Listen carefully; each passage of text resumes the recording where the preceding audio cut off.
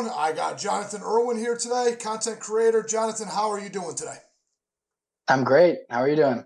I'm doing good, man.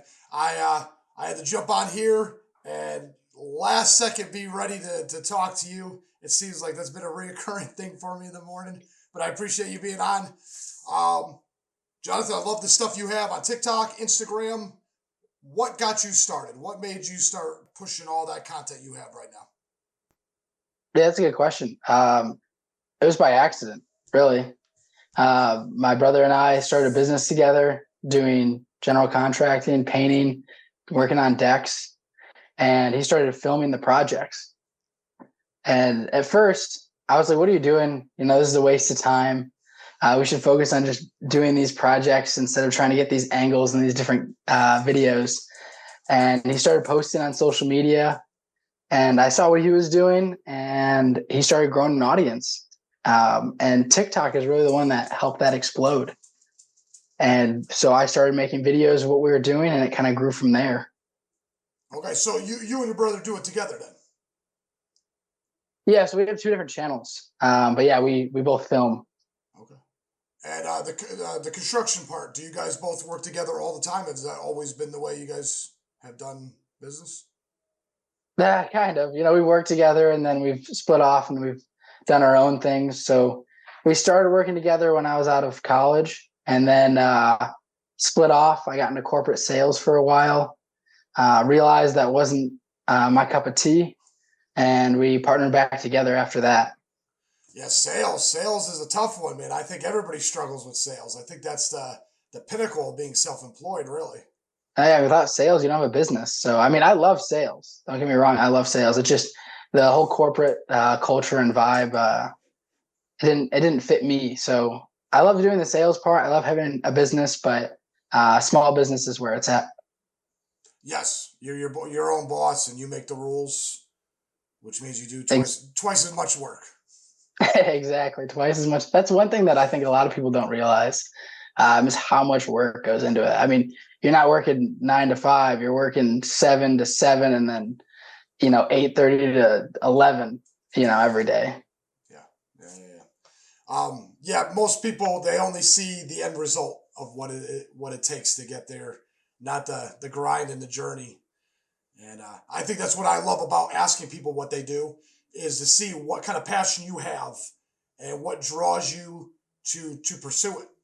Yeah, no, I completely agree. I mean, everyone sees someone once they're successful, they don't understand the grind that went into that, right? When nothing was going on, and they were just, beating it day after day, trying to figure out how it all work. And that's currently the journey I'm at right now, still trying to figure it all out. But content creation has really completely changed everything that we do because of that. Because it used to be more focused on just the jobs, and now we're kind of making this transition to just doing the content. That's awesome. Okay. Uh, so how long have you been pursuing that full time? Like really wanting to push that and put the extra effort in? As far as like content creation, Yeah. yeah, about 2 years now. 2 years. Okay. Yeah, so once like TikTok became a thing and started blowing up, and Reels, like those areas really started making it possible for people like myself who had little followings to actually reach people. And if your content's good, it starts blowing up. And it goes quick sometimes, real quick, out of nowhere. Oh yeah, completely. I mean, I just I started, so about 2 years ago I had like 200 followers, and I post and I really wouldn't get very much traffic. But I mean, now I've had multiple videos that have tens of millions of views. That is the coolest thing. Isn't that the coolest thing? I love it, man. Only TikTok, only Reels. There was no other version of that at all, if you think about it. Because YouTube Oh takes yeah. forever. YouTube takes forever to get traction. But I think they got the Reels too, so that makes it a little bit easier. At least easier. Yeah, once they move to Reels, I think to keep up with TikTok, like Facebook and Instagram, it made it way more possible for people to get reach. I mean, long form videos still are the base, but shorts can make you grow so much faster, reach way more people, grow your audience. I mean, it's a game changer. Yeah, yeah. And long content is still valuable because people want something in the background. So if they're listening to me, they're still playing on their phone. It's just I'm on a speaker or I'm on the TV or whatever in the background. Yeah, very true. How'd you get started with this? How did the podcast come about? Kind of fell on it. The equipment came to me almost for nothing. Um, Me and my daughter were talking about doing it, and we did about 3 episodes together, and I realized she wasn't really into it anymore, and I had to figure out something. I'm not going to start something and not finish it because I really wanted to do this. So it kind of just evolved into this kind of talking to people and asking them why they got started. Okay. How long have you been doing it for? YouTube, like 6 months. Before that, I was on Spotify. It's got to be almost 9 months on Spotify now. So you're episode 81. Oh, wow. Yeah. That's awesome. I think it's really cool. I mean, I listen to podcasts all the time. So like you said, it's something you can listen to while you're doing other things. And I love hearing about ideas and creation and all kinds of stuff. And you never know who's got the idea that kind of helps you catalyst what you're doing. Because no one could go on the exact same journey. I've heard people tell a story, I did this, or I didn't do that, or I waited a long time. And if you try to duplicate it, you can't really duplicate it. No, you can't duplicate, but you can learn from people. I mean, you can learn so much faster from podcasts these days than trying to like read a book. In my opinion, like if I'm gonna listen to a podcast, I'm gonna listen to an Audible book, and I mean, I still read sometimes, but it's much easier when you're on the go. Yeah, and you can stop and you can get back on it whenever you want to. So you can leave the job site, get in the car. Your phone just plays Spotify anywhere, so it just jumps right back into the conversation again. Yeah, exactly. I mean, when you're on the job site for us, like we oftentimes listen to our own stuff anyways. We just throw on headphones. Oh, really? And, Okay. because yeah, because I mean, we'd start like arguing about what do you want to listen to? That's what makes the been niches even crazier is you used to have to fight for attention on television with like 5 people in the living room all watching the same thing. And now everybody puts their headset in and listens to whatever they want. So you listen to what you want and she listens to what she wants. And now I don't have to cater to one group of people anymore. When I was doing construction with my dad, we put either Howard Stern or Rush Limbaugh on the radio and just go for the day listening to that one channel. And yeah, exactly. That's how it was. I was just gonna say, yeah, the same thing. My dad had a construction company as well, and he'd throw on mostly 80s rock or whatever, and you just listen to whatever the boss says is the one that changes the channel and chooses what you're going to listen to. Yeah, and the music. Well, it all becomes background noise eventually. But I think I kind of liked having Howard Stern or even Rush Limbaugh because when you did stop for a moment to relax, when you stopped, you could actually hear it again. It was just background noise all the rest of the time. But all of a sudden you stop to get a drink or something, and all of a sudden you could hear him laughing about something stupid. And they're giving somebody money for a boob job or whatever it was. And you can get a chuckle, and then you start talking, and then you get back to work, and it's just background noise again. Yeah, completely. Or, depends on what you're listening to. Howard Stern or my dad would listen to like Man Cow, so that guy was always pretty entertaining. And I'll be honest with you, even back then, I wish I would have done this then. Because I had a friend about 10 years ago say you should get in the radio or whatever. And I didn't want to take the risk. Podcasts weren't popular at the time or anything. And then to have the opportunity to do it now, I'd been a fool not to take it. Right. I mean, it's so much easier, right? I mean, the barrier to entry before was so much harder to try and get into radio. Oh, it was huge. You kidding me? If you didn't go to school, you had to convince someone to put you on the radio late at night or some spot that they didn't need anybody on. And then you had to earn. Yeah, I mean, you have to grind and, cater things to their perspective. And now, I mean, there are so many people that are independent and you can talk about whatever you want, which is awesome, in my opinion. Yeah, it's a very unique time, man. We live in an amazing world. We do. And social media just amplifies that. So exponentially. Like I said, this costs almost nothing to do. It's not like Spotify charges you. It's not like YouTube charges anybody. So if you want to do it, you got to get out there and do it. And they actually just upgraded some of their stuff. And Spotify, you can download an app in a minute and just start a podcast. That's all you need. Oh, really? Oh, I didn't yeah. realize. I thought you had to pay for Spotify. So if you're a podcaster on Spotify, it's free to upload your content. Not only is free to upload, they have a specific app just for podcasts. Okay. Yeah, just go on the Google Store, Google Play, or go on the Apple Store and download it. Okay. Yeah. I mean, I have regular Spotify. I can find all the podcasts, but is it just for podcasters? Just Like, for what's the podcasters. benefit of it? I don't know what the other content creators use. I don't know what they have, but I'm able to upload whatever I want, video or audio. And I Okay. started with just audio when I first started too. So the first like 20 episodes, they're pretty rough. I didn't know what I was doing, and it was just all over the phone. It was rough. But I mean, it's a learning curve, right? Like anything. yeah. So it's a crazy learning curve, to be honest with you. So on that note, Jonathan, what do you think it takes to get traction? What do you think the secret formula is? I think the secret formula is there is no secret. I've tried learning and watching and so many different people, and I'm like, oh, there's this hashtag, or you got to do this, or you have to make this kind of post this time of day at 12 o'clock, or no, it's 12:01, or whatever. And I think a lot of that is nonsense and jargon, in my opinion. I think it really comes down to your content, the quality of it, and does it resonate with your audience? Yeah. I agree. Because I did one of the things where you pay attention to anybody else that does something similar to you. So you go and follow them. So when their feed comes out, like they put out stuff at 10 o'clock in the morning, you'll know when they put their stuff out, so you can know when to put your stuff out. And I realized all these guys are just randomly putting. There's no like set time.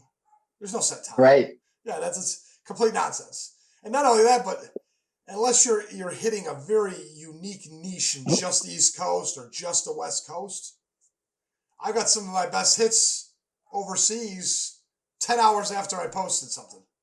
It was completely irrelevant. Right. I mean, yeah, you never know. And I mean, I don't think the exact time matters as much as the consistency of posting. Yes. And I think that's where people get lost, is that like they'll try it for a little bit and they're like, I'm not getting any traction. So then they stop and they start again. And I think, you could say like the algorithms, but really just the people appreciate consistency. And they, if your stuff's always up there, then there's a better chance that you're going to get views. Even if, it's a little rough in the beginning, which I've had many videos that were not that great, but I was just trying to figure it out.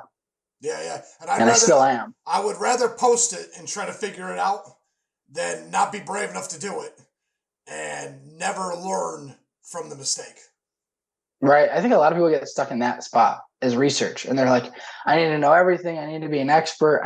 This first post has got to be perfect. No one's going to see it.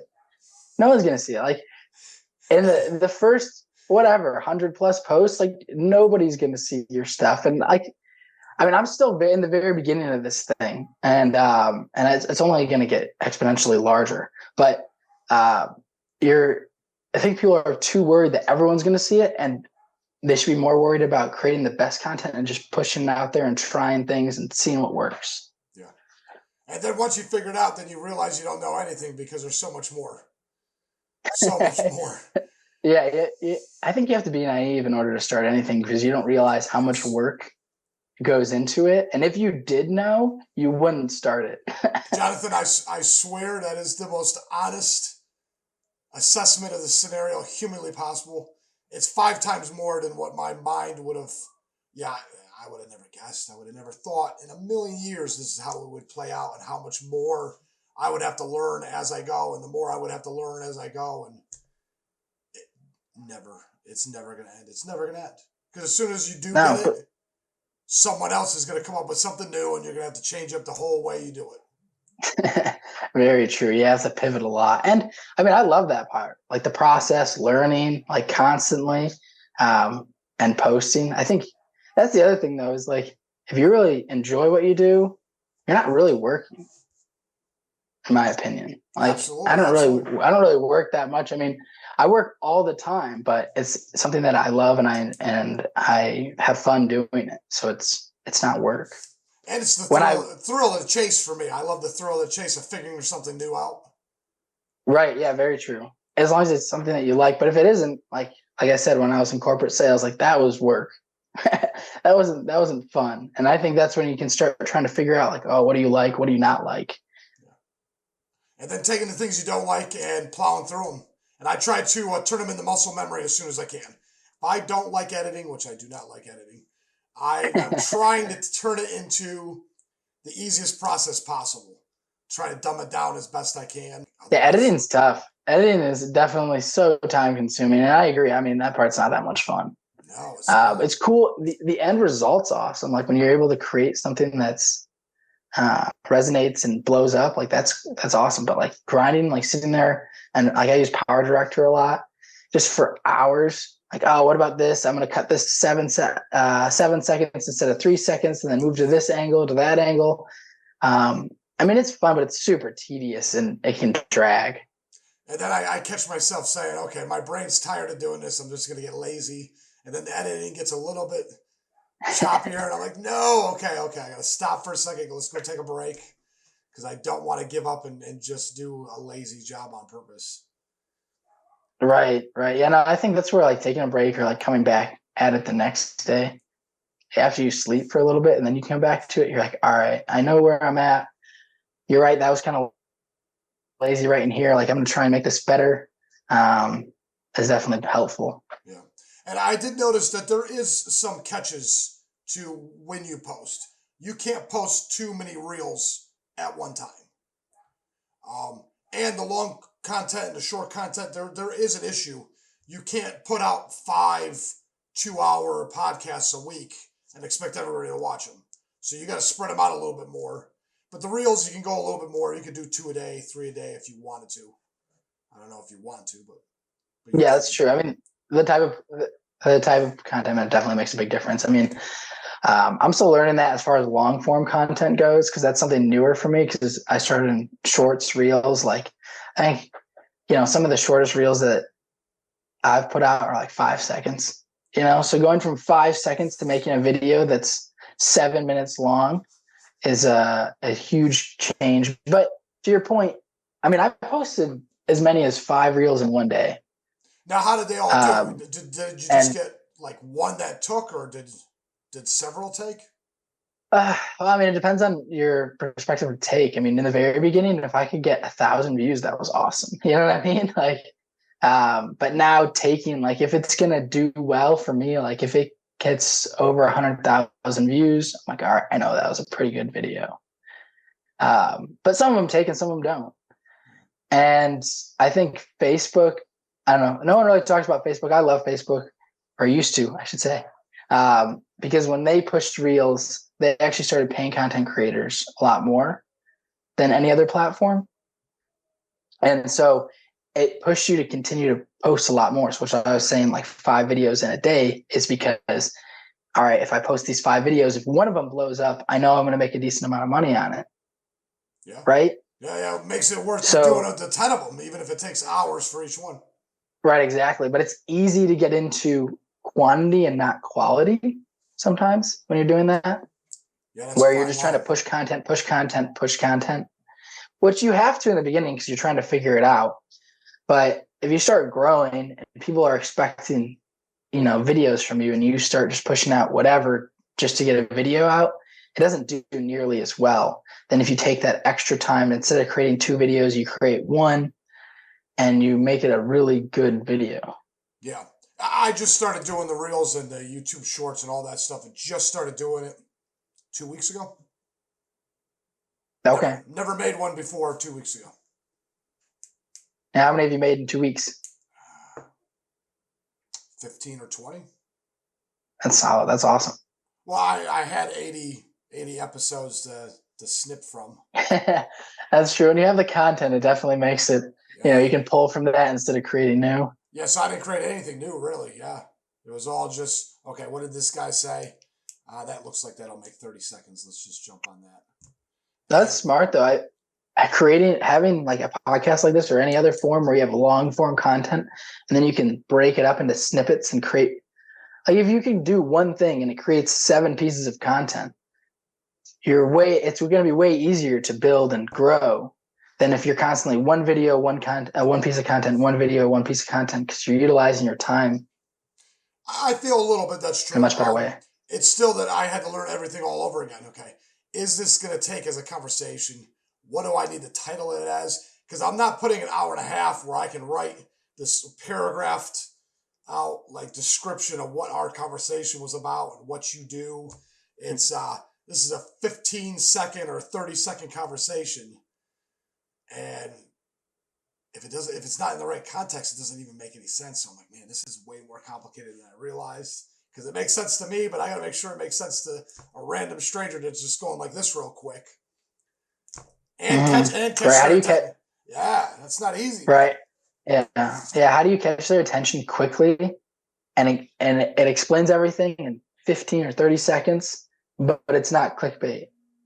Because Not there's too, tons of not, people or at that, least not too much. At least not too much. right, it's got to get your attention, but it's got to be relevant, right? Because if it's like, this is the world's greatest whatever, and then it's just mediocre, it'll catch attention, but it's not going to blow up because no one's going to share it. Yeah, that's true. But if it has a really good caption and it delivers on it, then, I mean, that's a sweet spot. Well, really, the purpose of all my reels and shorts and everything is just to get everybody back to my YouTube channel, to get them to the podcast. You know what I mean? So I have a whole different, it's not trying to get 10 million views, which is still valuable in and of itself. But the goal is to get everybody back to the podcast if I can. That becomes the main goal for me. Right, that makes sense. I mean, I'm shifting to that as well. Like, I'm creating this shorter form content in order to try to get people to my longer form content on YouTube, because everything's, I don't know, everything changes so fast. When I first started doing this, you know, TikTok was paying and YouTube was paying, and Facebook was paying the most. Like, it got to the point where Facebook was paying creators so much for their videos that that's all I wanted to do is just Facebook Shorts. Yeah. I don't blame you. But they've completely changed that. So how bad is Facebook like now? What is the difference? Because you've made that reference more than once. What changed? Like, what do they do now on Facebook? They don't pay at all? So they pay content creators, but it's not nearly what they did. So they started their creator program, and they allocated like $1 billion to this creator program, this fund that they're going to pay out for making short videos, right? And at the highlight, I mean, I was making like over $10,000 a month posting videos to Facebook. That's fantastic. Yeah, it was insane. And that was while we were doing projects, right? So we were doing we were making videos of these projects that we're making money on. And at the same time, I'm posting videos of us doing these projects and making money on top of that. So it was huge. It was a huge game changer. No one was really talking about it. Everyone's talking about TikTok. TikTok pays like nothing for creators relative to Facebook. But 2 months ago, the program ended. So I don't know if they ran out of money with what they allocated or what, but they've completely shifted. Well, they didn't they fire an insane amount of people? They did, but I mean, we all saw that coming. So many companies have been doing that, right? Oh yeah, no, I'm just saying that something's changing with them. So there's got to be some shuffling around, I guess. I don't know. I mean, I don't know if it's changing with them as much as it is they don't want to eat into their profits like they were. Because I think they're cutting their profit margins by paying out like they were to creators. And I think once they finished all of that $1 billion that they had allocated to it, they're like, all right, we're kind of done. This blew up. Way more people are on Facebook now because we followed TikTok's trend and we got them back. So we're going to cut the funds, right? And I'm sure AI had to do with getting rid of that many people at Facebook as well. I'll be honest with you. I'm shocked they had as many people as they had. They must be able to automate most of those jobs years ago, not just months ago, but years ago. Right. Yeah. I don't know.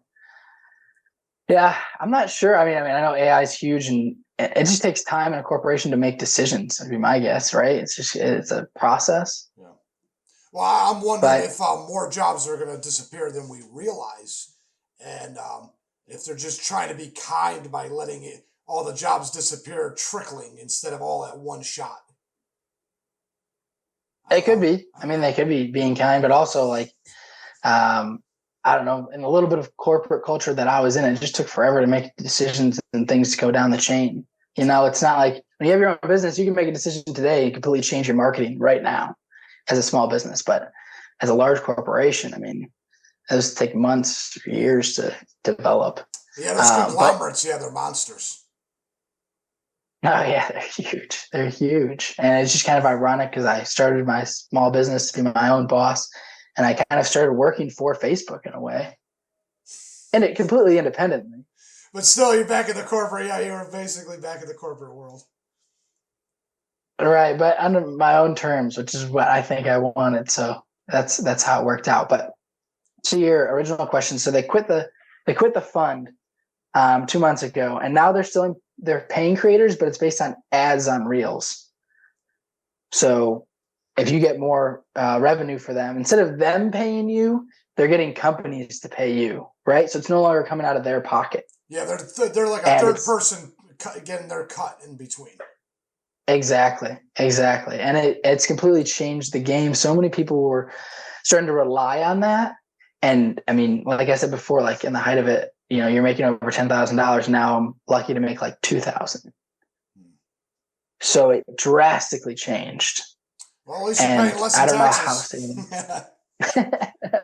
Yeah, I still got to pay bills though. Put food on the table. So that's actually part of the reason why I shifted to more YouTube, right? Well, yeah, that was my next question. Yeah, was which one do you think pays out the most now? Well, TikTok pays like nothing. I don't know. I know it became popular, but for creator wise, they really didn't pay that much. Maybe they did in the very beginning and I just missed it. Instagram started paying a little bit. Facebook was the biggest. YouTube, I'd say YouTube now. If you can get YouTube long form content, that's really the key. And they've been paying creators for over 10 years now, so that it's consistent in what they're doing. Yeah, I agree with you. I was gonna say that YouTube is the main one. I don't think anybody can touch them now. They've got to be on top. I would say they're cable TV now. They really are. I mean, especially if you have a big enough channel, like like a Mr. Beast or someone that's just out there just crushing it. Yeah. But it's so much harder to get views on long form video. Yes, it is. It doesn't get. I don't know if it doesn't get pushed the same. I mean, people's attention spans these days because of all these 15-second videos. I feel like it's just hard for them to stay engaged or something. Well, the key is to be able to get yourself to be likable enough to be in the background while they're playing on their phone. You have to assume they're going to play on their phone. But can you be honored with the ability to be in the background? Right. So every once in a while you catch their ear and they're like, "Oh, yeah, maybe I'll keep watching this." Yeah. I guess. I don't know. I mean, that's for you. That's what you do, right? Like all your podcasts are going to go on YouTube long form? Yeah, Spotify and YouTube. Okay. Yeah. And what pays? Spotify pays the most for me right now because I've been doing it the longest. Okay. And right now they only pay me on my the commercial I made. Okay, so it's on the ads. Yeah, it's only on the ads. So I got a little bit of ambassador money there.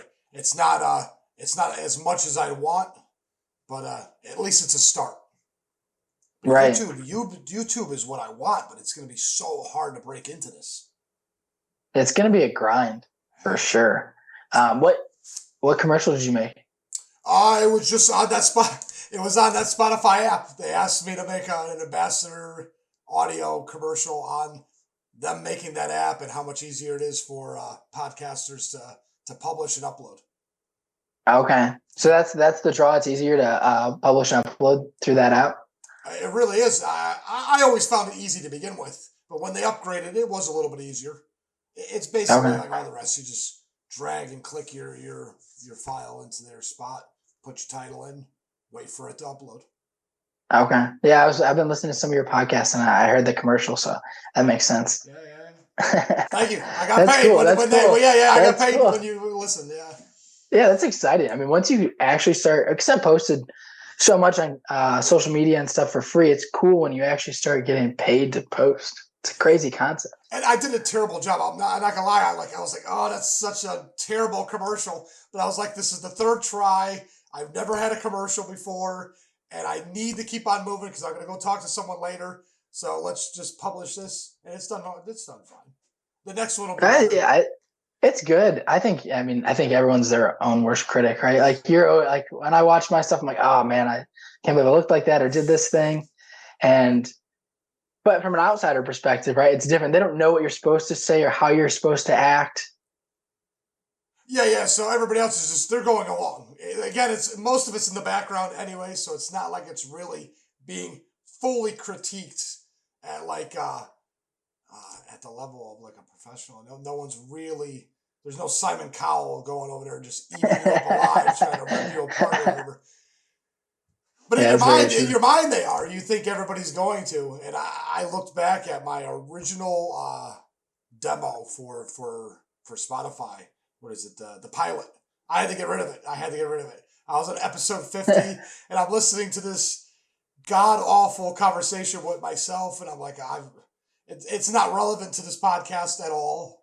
I sound absolutely terrible, and it took so much bravery to post that first pilot. Mm-hmm. Yeah, it takes way more to throw yourself out there than people realize. Oh, completely. And then just accept the criticism because, like you said, your own worst critic. But I mean, I've gotten haters all the time. Isn't Right? that exhausting? Yeah. It's the most insane thing that someone has that much time to think about me. Yeah, I can't believe somebody randomly out there is taking the time to watch one of my videos and then personally message me to tell me to like F off. Yeah. Or now I got you on my radar. I'm gonna be heckling you. I'm like, are you serious? Are you kidding me?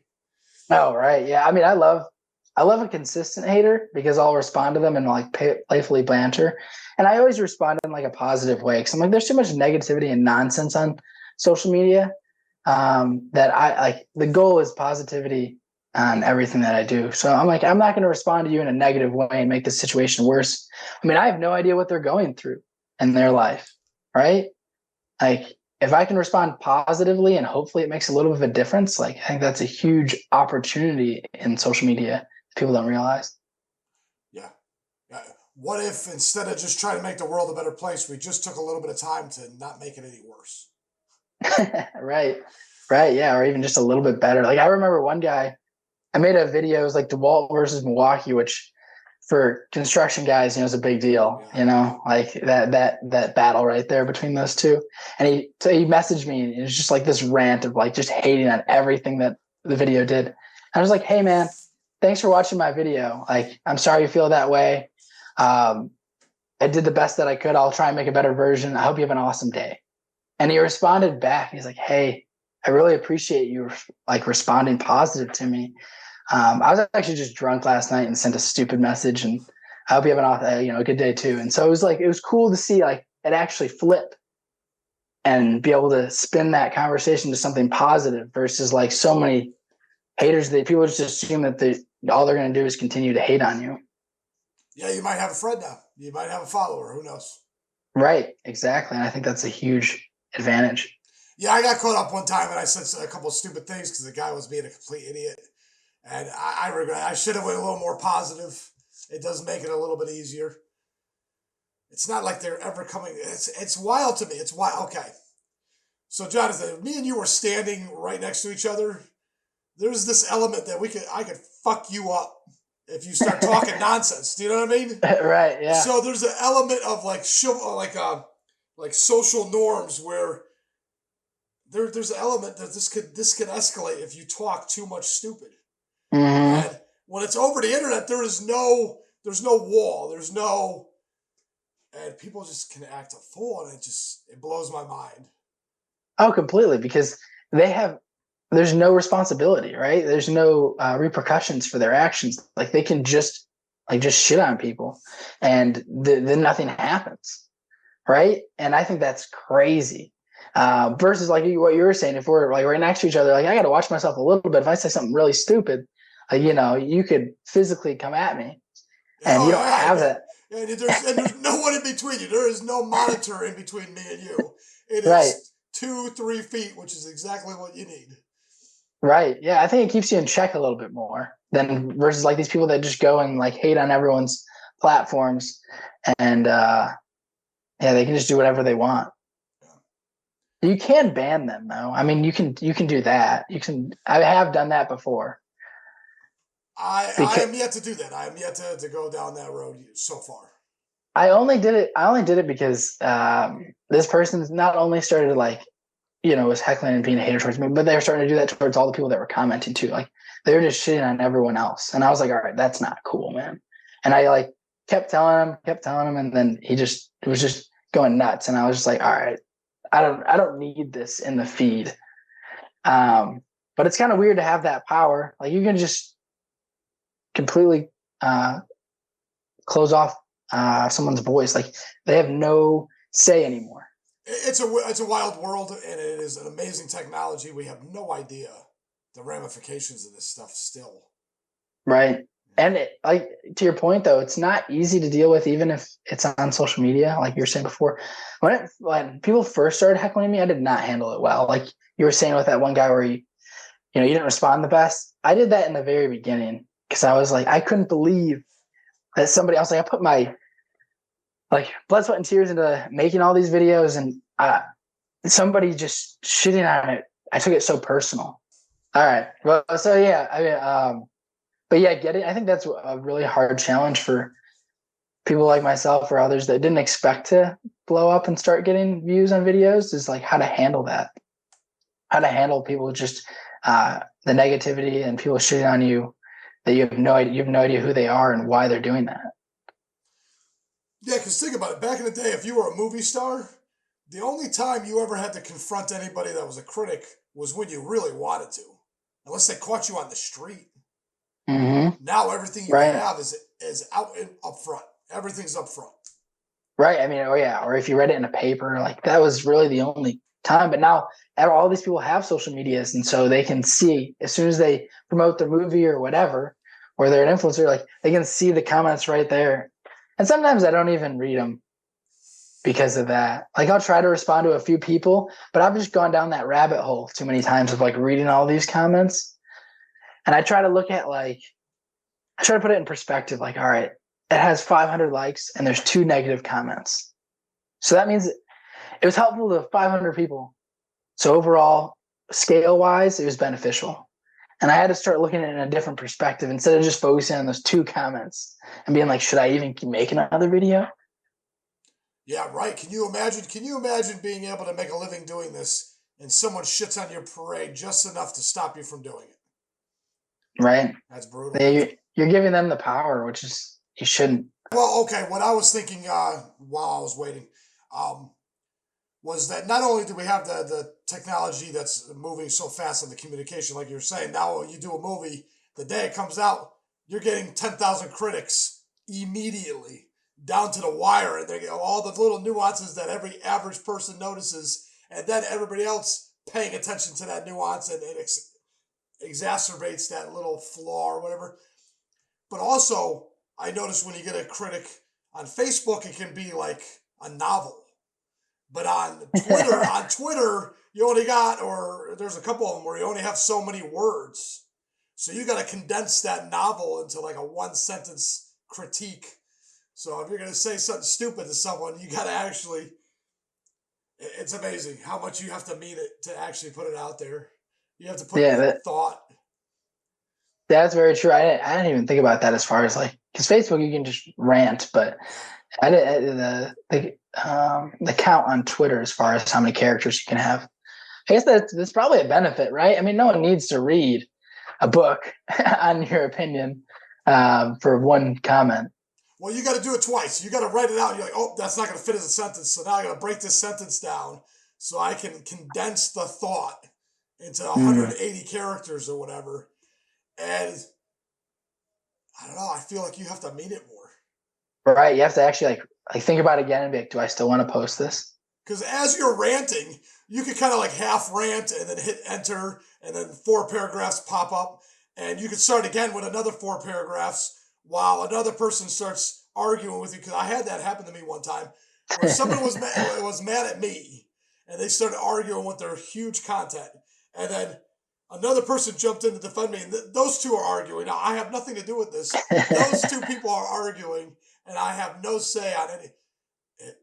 It's ridiculous. Absolutely That is ridiculous. crazy. I've had that happen before too, where like I responded to somebody and then someone else jumped in and then they just went down a rabbit hole and I'm just like, I'm out. Gone. You guys keep doing your thing. But and I mean, this is dealing with this as adults, right? Like I'm 28. I couldn't imagine being 14 and blowing up on TikTok and then having a bunch of teenagers like hating on you. Like, I feel like that's a whole other ball game that I feel like that's got to be so hard. And teenagers are brutal. They can Right. see your flaw and get inside the deepest crevice of your soul. And they're amazing at finding out that what makes you different than me and how could I exploit that to make you feel like an idiot. I don't know what it is with the teenagers. They're terrible. Right. Oh yeah, completely. I mean, they're all trying to figure it out, right? Like being a teenager's not easy to begin with, and then you add social media, and then people becoming like TikTok stars on top of that. Um, And there's an ecosystem of norms and clicks that you're allowed to do while on social media. That's a layer on top of society itself to a teenager that matters more than the real life interactions. oh yeah, true. Right. I mean, it becomes that is your real life It's so bizarre. instead of what's actually happening in the real world. And those are starting to get so blended that yeah, I don't know where it's going, but that's crazy to me. I mean, I like being able to like sign off and like whatever, just go into my backyard, hang out with my kids and my wife and not be a part of any of this for a second. Yeah, it goes away. It completely goes away. I'll even turn the computer off itself on Sunday. Turn it off. Just turn it off. I can't peek if it's off, so I'm just gonna leave it alone for a day, just to get it out of your mind. Yeah, that's a great idea. I've talked about that before with my wife multiple times. I haven't been able to do it. Just like turn it off for one day. I'm still it's a big addiction, especially when I was posting like, 3-4 times a day. Like I was always on my phone, and which is you got to run a business, but you got to shut it off too. You got to figure out a balance, and I'm still trying to figure that out. Well, I found that the more I wanted to do it, the more I did it. The more I wanted to do it, the more I did it. The more I did it, the more I wanted to talk about it. So now my oldest daughter's like, Dad, I don't want to hear about anything to do with anything you're doing at all. I don't Right. care. I don't care who you talk to. I don't care what you learned. I don't care. I just don't care. I completely get that. I mean, I love talking about business to the point where it bothers people all the time. Um, so like anytime I'm with my brother who I work with, like, if we're doing something that's not business related, he's like, man, just let's talk about something else. Let's do something else. But I love talking about what I do and Facebook and everything that's going on. But sometimes you have to realize that people don't care. Like it doesn't matter as much to them, right? Well, yeah, my mind, I got a one track mind. I'm in, I'm all in, my heart's in, everything's there. I've got it on my sleeve and I'm ready to go. And I really have a hard time slowing it down. It's like a Yeah, I train. completely understand. Yeah, it's like a train or something. You just can't stop. Right. Slow Eat, sleep, down. and breathe. Yeah. that one topic. But and once people start telling you that, hey, like you need to talk about something else, do something else, then you start getting a little bit better perspective. Like, all right, yeah, I can separate these for a little while. Yes. And actually, it's more fun if someone asks you, anyways. Yeah. Because at the beginning, I was so excited. So excited. That's all I wanted to talk about, man. Yeah. And so you bring it up and, your family, I'm sure your family, like you said, like your daughter, like, let's just talk about something else or nothing. I can see her eyes gloss over immediately. Yeah. But I mean, it makes a big difference if they're part of it too, right? So if you run into someone else that has a podcast, then you guys connect super hard on that pretty easily, right? Oh, easily, super easy. Yeah. So when I run into someone that also makes videos and stuff, like I was getting my car fixed yesterday and I was on Power Director and this teenage kid like walked by and he asked me what program it was. And I started having a conversation with him. I would never have anything to connect with necessarily with like this 15-year-old kid until we started talking about something like this that we were both editing and working on. And I think that's really cool. Yeah, it is cool because you're in a different cultural position. He's 15. He's not knee deep in paying bills. He doesn't have a house. He doesn't have a family. None of that stuff. His mindset's totally different. But yet you can come right together and be like, oh man, I know what you're talking about. The beginning of that is exactly how you want to start it every time. That's exactly what I do. Or Mm-hmm. and then you can talk for hours with someone that you Exactly. would never have anything in common with. Yeah, exactly. Exactly. I think we've always been that way, though. When I was a little kid, I'd mess with my comic books, and if I had one with me, there would be an old guy. He'd be like, "Man, the Flash was my favorite comic book." And you could talk for an hour. So we've always been like that. Or baseball cards or something like that. If you have a passion for something, if someone else has that passion, man, is that an amazing thing to talk about, to see someone else's adventure as they find all the stuff they're looking for. Yeah, very true. And then that helps bridge that gap of like the age difference, Oh, it doesn't right? matter. So It doesn't matter at it all doesn't anymore. matter. Yeah. Yeah, because you talk to someone older or younger than you, as long as you have the same connection. But if you don't, then the age difference is so much harder. It's crazy. I don't know, that just that small connection can spark something huge in someone that you'd never talk to otherwise. I think we're inclined to see the differences when in reality the biggest difference is like 1%. Mm. I mean, we're all eating 3 meals a day. We're all putting our pants on. We're all going to the store. When's the last time you said, I'm going to the grocery store, and you didn't go to the grocery store? Something got in the way, the light was too long, or it was an accident, and you just went home. You're going to Right. go no matter what. So everybody has Right. that determination to get there. It's just realizing that everybody else is pretty much on the same scenario. We're all on the same marble going in the same direction. Right. Yeah. All The on Earth trying to differences, figure it out. yeah, the differences are so small. Yeah, that's a good point. That's true. I mean, it definitely takes some time to like think about that and actually connect those, though, because you feel like you're so different than everyone else. And but yeah, that's a good point. I mean, we're all in very similar boats. Well, it's an all-in game. It's not like anybody's playing a half game. Yeah, that's true. I mean, Everybody's in it Iron Man style. We're all in, man. Yeah, until all this technology, AI, and metaverse comes in, right? Then there could be two different worlds. I wonder how that's going to play out. So, okay, it looks like content creation can almost be taken over by AI. Looks like Think banks. so? Well, absolutely. Okay, if you get an avatar that can say what I said, but do it 1,000 times a day without ever stopping. And it's not like they come up with their own original thought. If you look at what they write, like if you ask them to write a paper or a thesis on Nostradamus, you will never be able to find it on the internet as plagiarized. It will be an authentic thought. In the sense That's that crazy. it's not rewritten exactly what it found on the internet. It pulls from the idea and then draws its own conclusion enough to be an authentic thought. That would have been helpful in college. Yeah, right. My daughter right now will get $20 a paper. No one's paying attention, I guess, but she'll have AI write papers for somebody else. She cuts and pastes, sends it to them, and says, "Okay, $20." What? Yeah. Wow. She's done it several That's times. crazy. She's done it several times already. Wow. That's nuts, because I mean, if you were going to write someone else's paper, you'd have to actually write it before. I think there was a couple where she had to write them out, so she had AI do it, and then she wrote it out. And I think when she started, I think she was writing herself. I said, "Why are you writing it? Ask ChatGPT. It's free. It's free. It doesn't cost a penny." What's it called? No, it's ChatGPT. That's the easiest. ChatGPT. Yeah, GPT. Okay. I'm still trying to learn as far as all this AI stuff goes, because there's so much going on with it. Well, it looks like anything that's a remote job is unnecessary. Eventually. Right. So you got to look at like almost everything that has to do with a bank. When's the last time you had to stand in front of a teller and have a man or a woman physically do something with your money? You can take a picture of your check. You can go to the ATM machine. Shit, I could get money out of my bank right now from the gas station or a grocery store.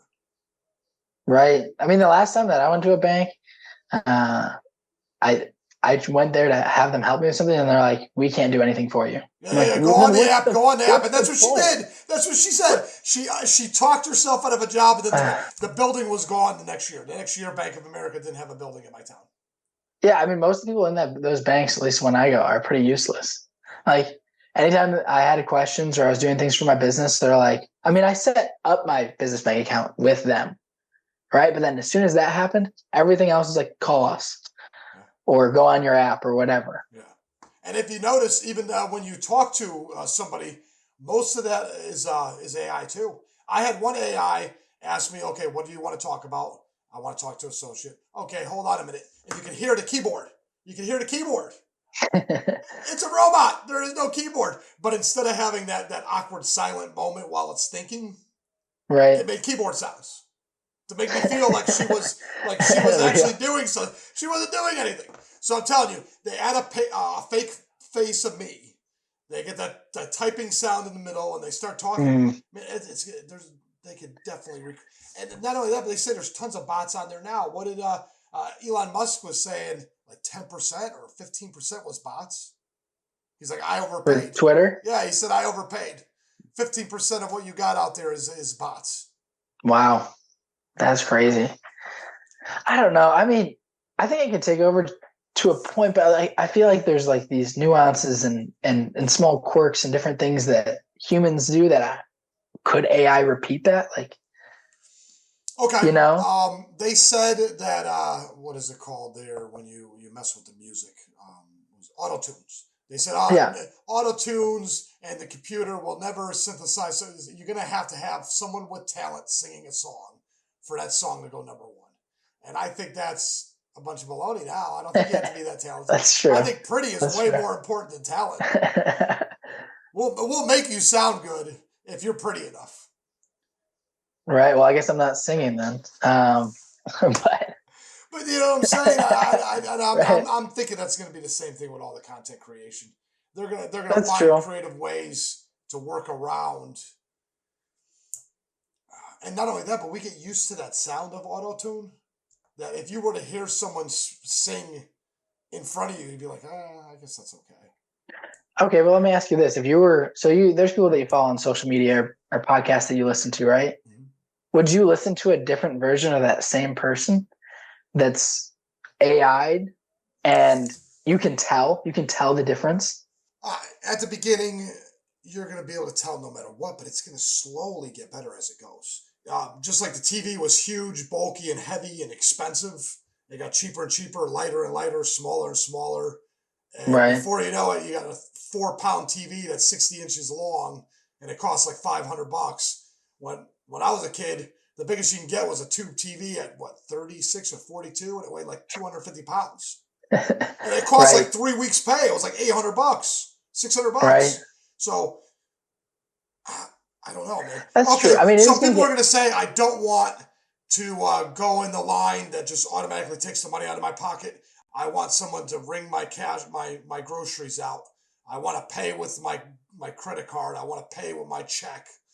But eventually, even if you demand it, they're going to go down that road anyways. And self-driving cars. Some people are going to say, I'm never going to drive in a self-driving car. How long do you think that's going to last? Forever?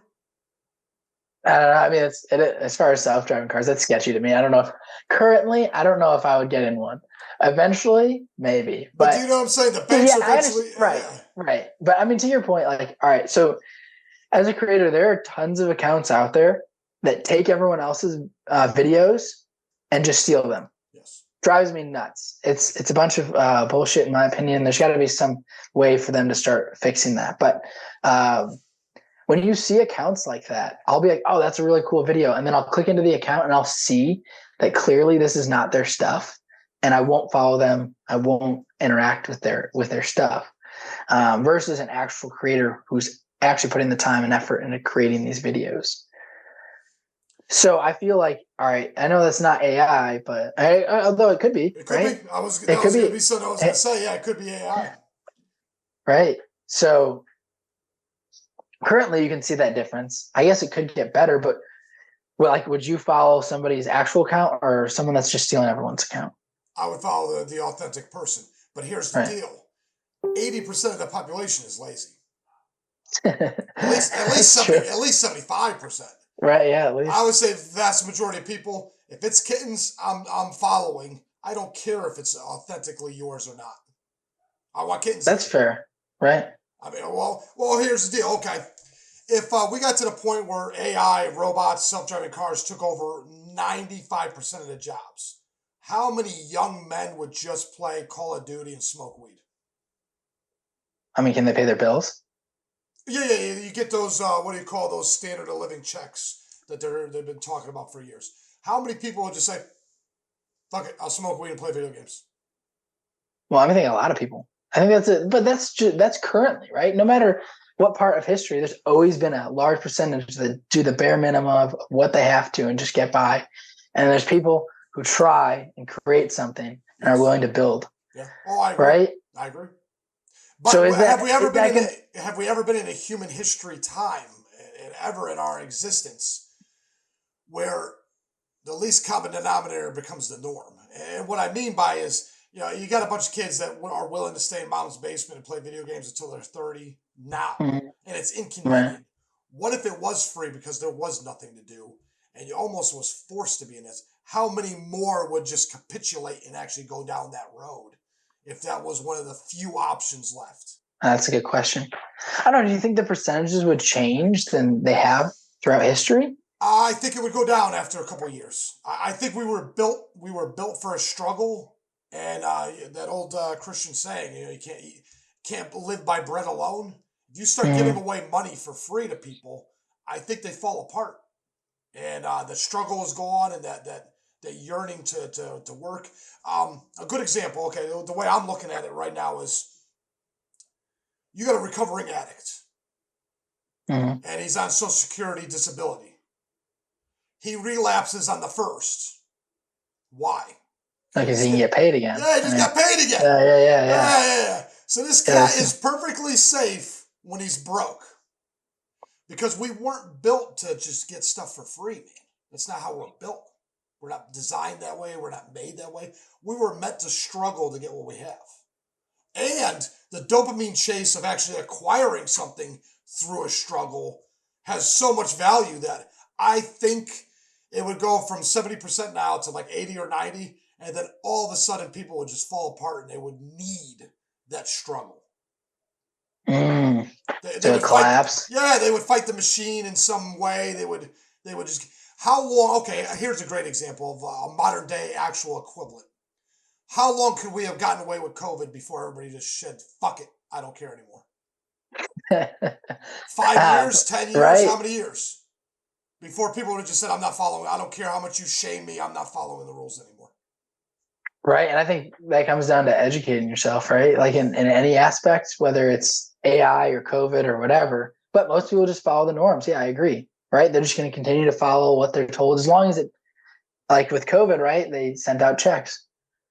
But the downfall of that is now inflation, right? Things cost more. And so I think it works short term, but it doesn't work long term, like you were saying, right? So like people are going to get lazier, but eventually people are going to break out of it, or money's going to be so worthless that you're going to have to do something different. Well, If, it gets really weird too, because here's another wild dynamic. Okay, say we get AI that it's smart enough where it's really doing its own thought. The problem with being able to think is you can only think on paper or speak to me. It ends there because you right. don't have a body.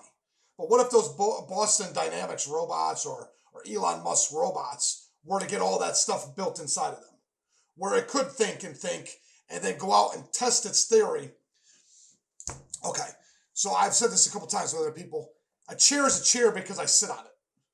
But I'm smart enough to know that if I got a big box in my hand, I can look at that chair and say, hold on, I can use that as a table for a minute and put the box down on that chair.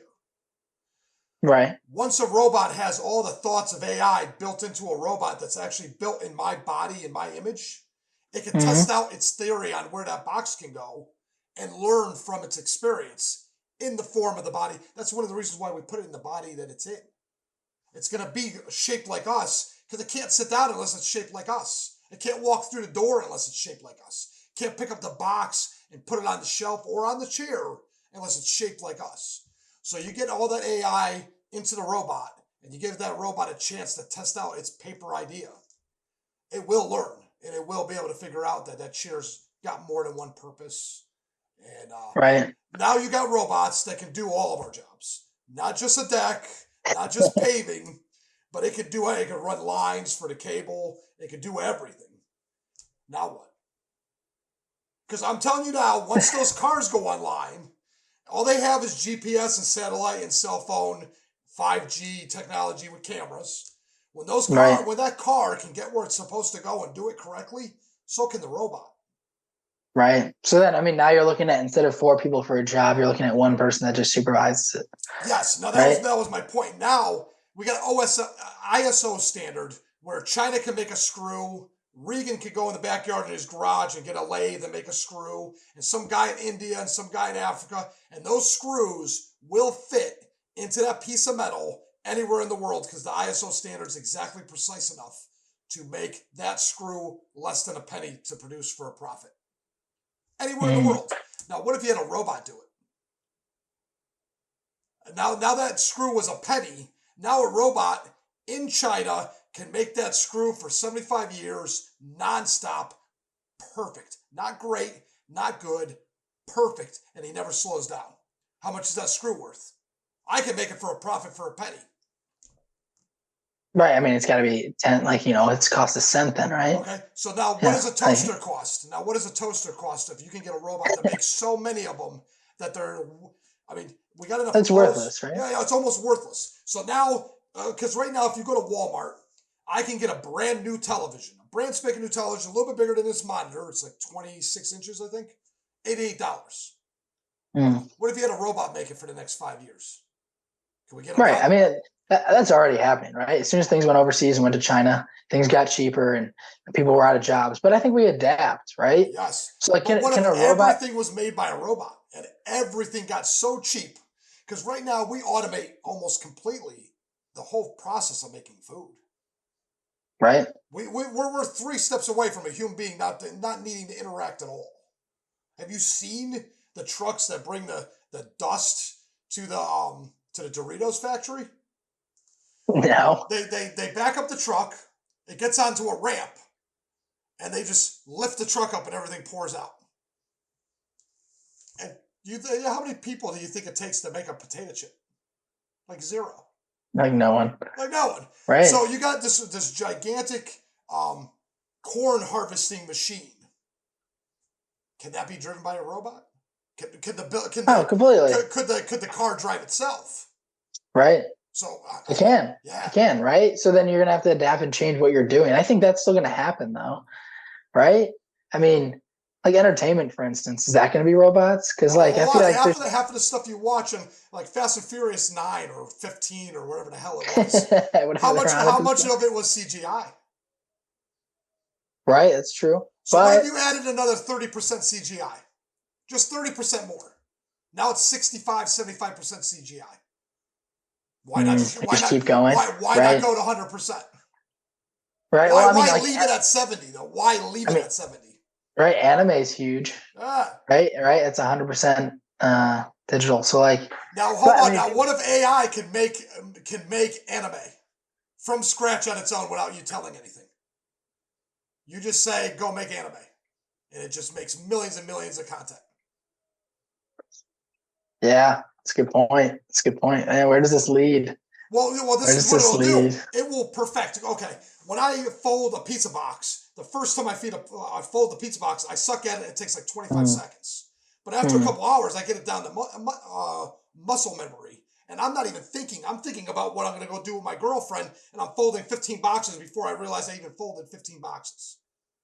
There's a part of my brain that took over that now is perfect at folding that box. Right. Robots are going to do that, and then they're going to test their idea on how many likes they get, and they'll stop making the stuff that doesn't get likes.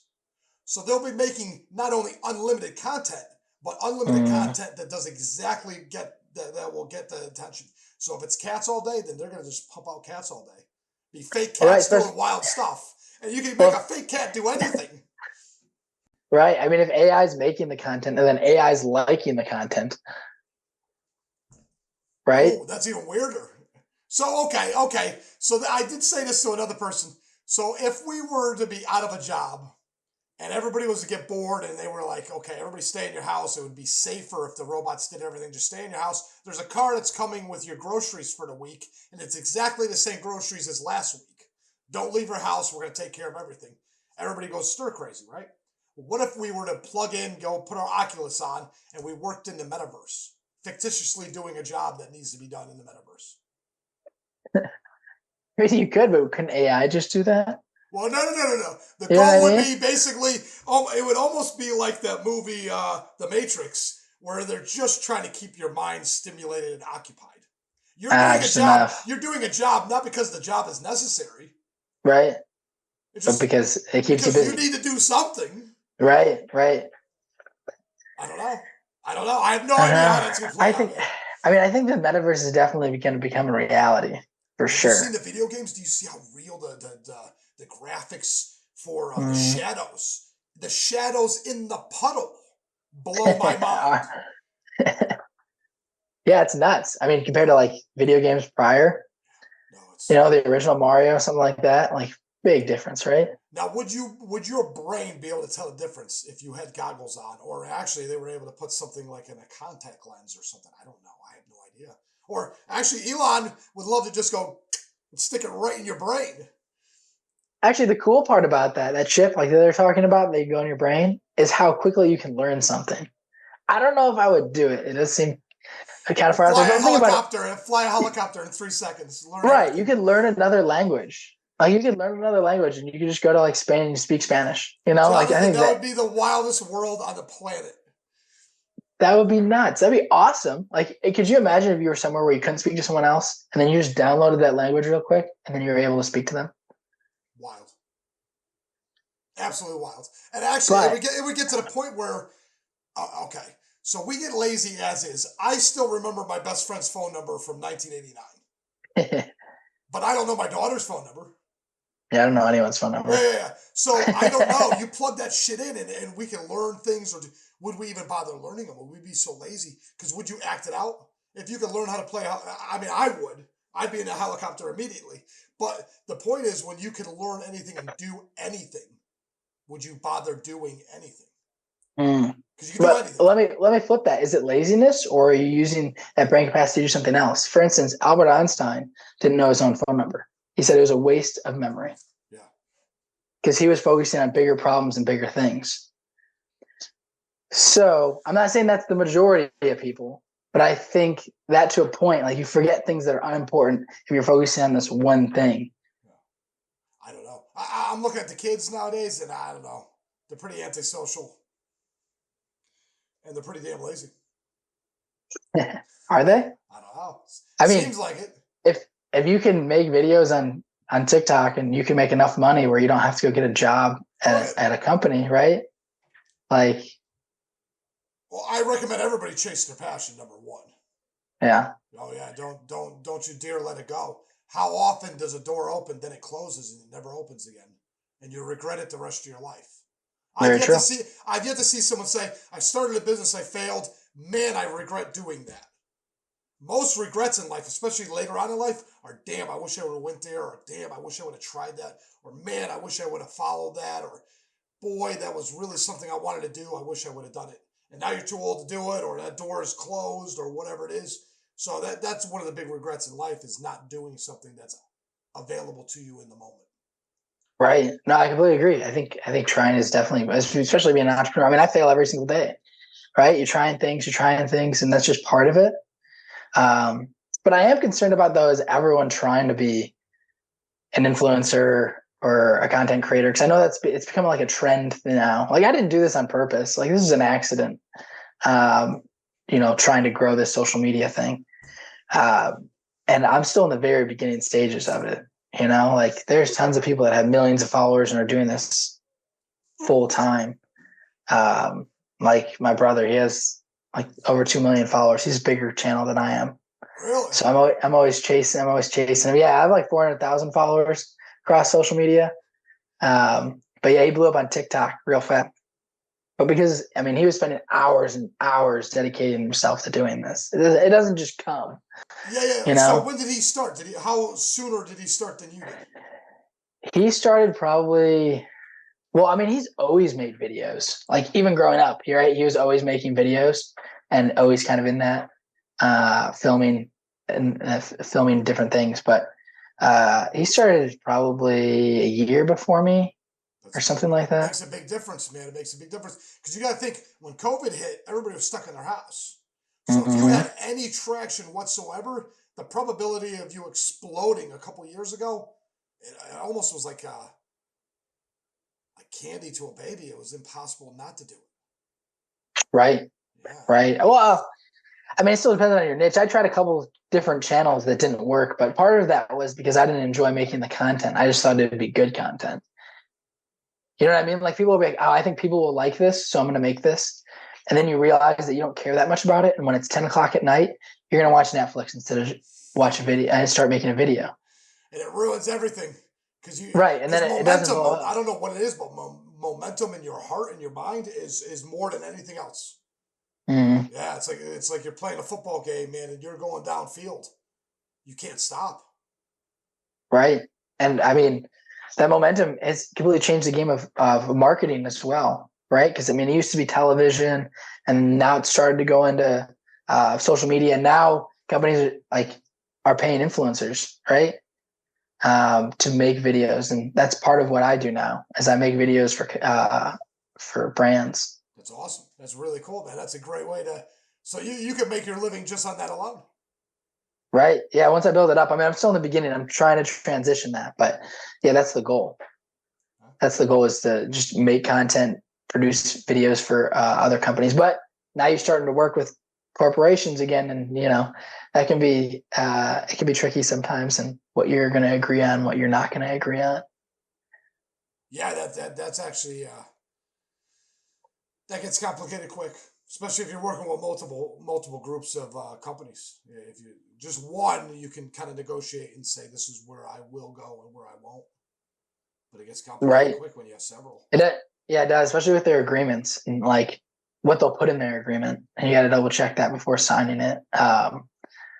But their idea of marketing is different than a content creator's way of marketing, right? Because their focus is always going to be the product, but your focus is what's the best video and how can I incorporate that product, if that makes sense. Like I've had companies where they're like, I need you to say this is the product, talk about the product, push the product, and throughout the whole video. I'm like, nobody wants to be talked to the It sounds entire like a time. like an infomercial from 3 o'clock in the Right. morning in 1997 or something. Right. Right. And you're like, how about I make this cool video of doing this project and I'll incorporate that product in it. And maybe I'll recommend it, or maybe I'll do a review of it that's different. Like there's so many things that I'm learning right now. And like all of this is so new. But this emerging industry is gonna only exponentially grow. Yeah, and not only that, but I don't think the corporations can control it entirely. Like when I said I made my commercial, they gave you like a couple like needs. You need to say this, you need to say this, and that was about it. Yeah, they allowed the flexibility of you turning it into whatever you needed to do. Mm, Do you know what I'm saying? yeah, It was very open ended. We just need right. these two things in there or three things in there, and everything else is just up to you. Right. Yeah. And that's a beautiful way of doing it, I think, is like, hey, this is what we're looking for, but then you go and do your creative thing as well. Because when they give you that more of a freedom, then I think you can create a better video. Then like one of the first like couple collabs I did with companies, they're like, this is what we need to do. And I was like, okay, I'll do that. And the videos did way worse than my other videos Yeah. So because it you wasn't knew that you should have done it a different way. right. But I didn't really have that say, or you know what I mean, like leverage. I didn't have the leverage, and that's what I'm trying to work on.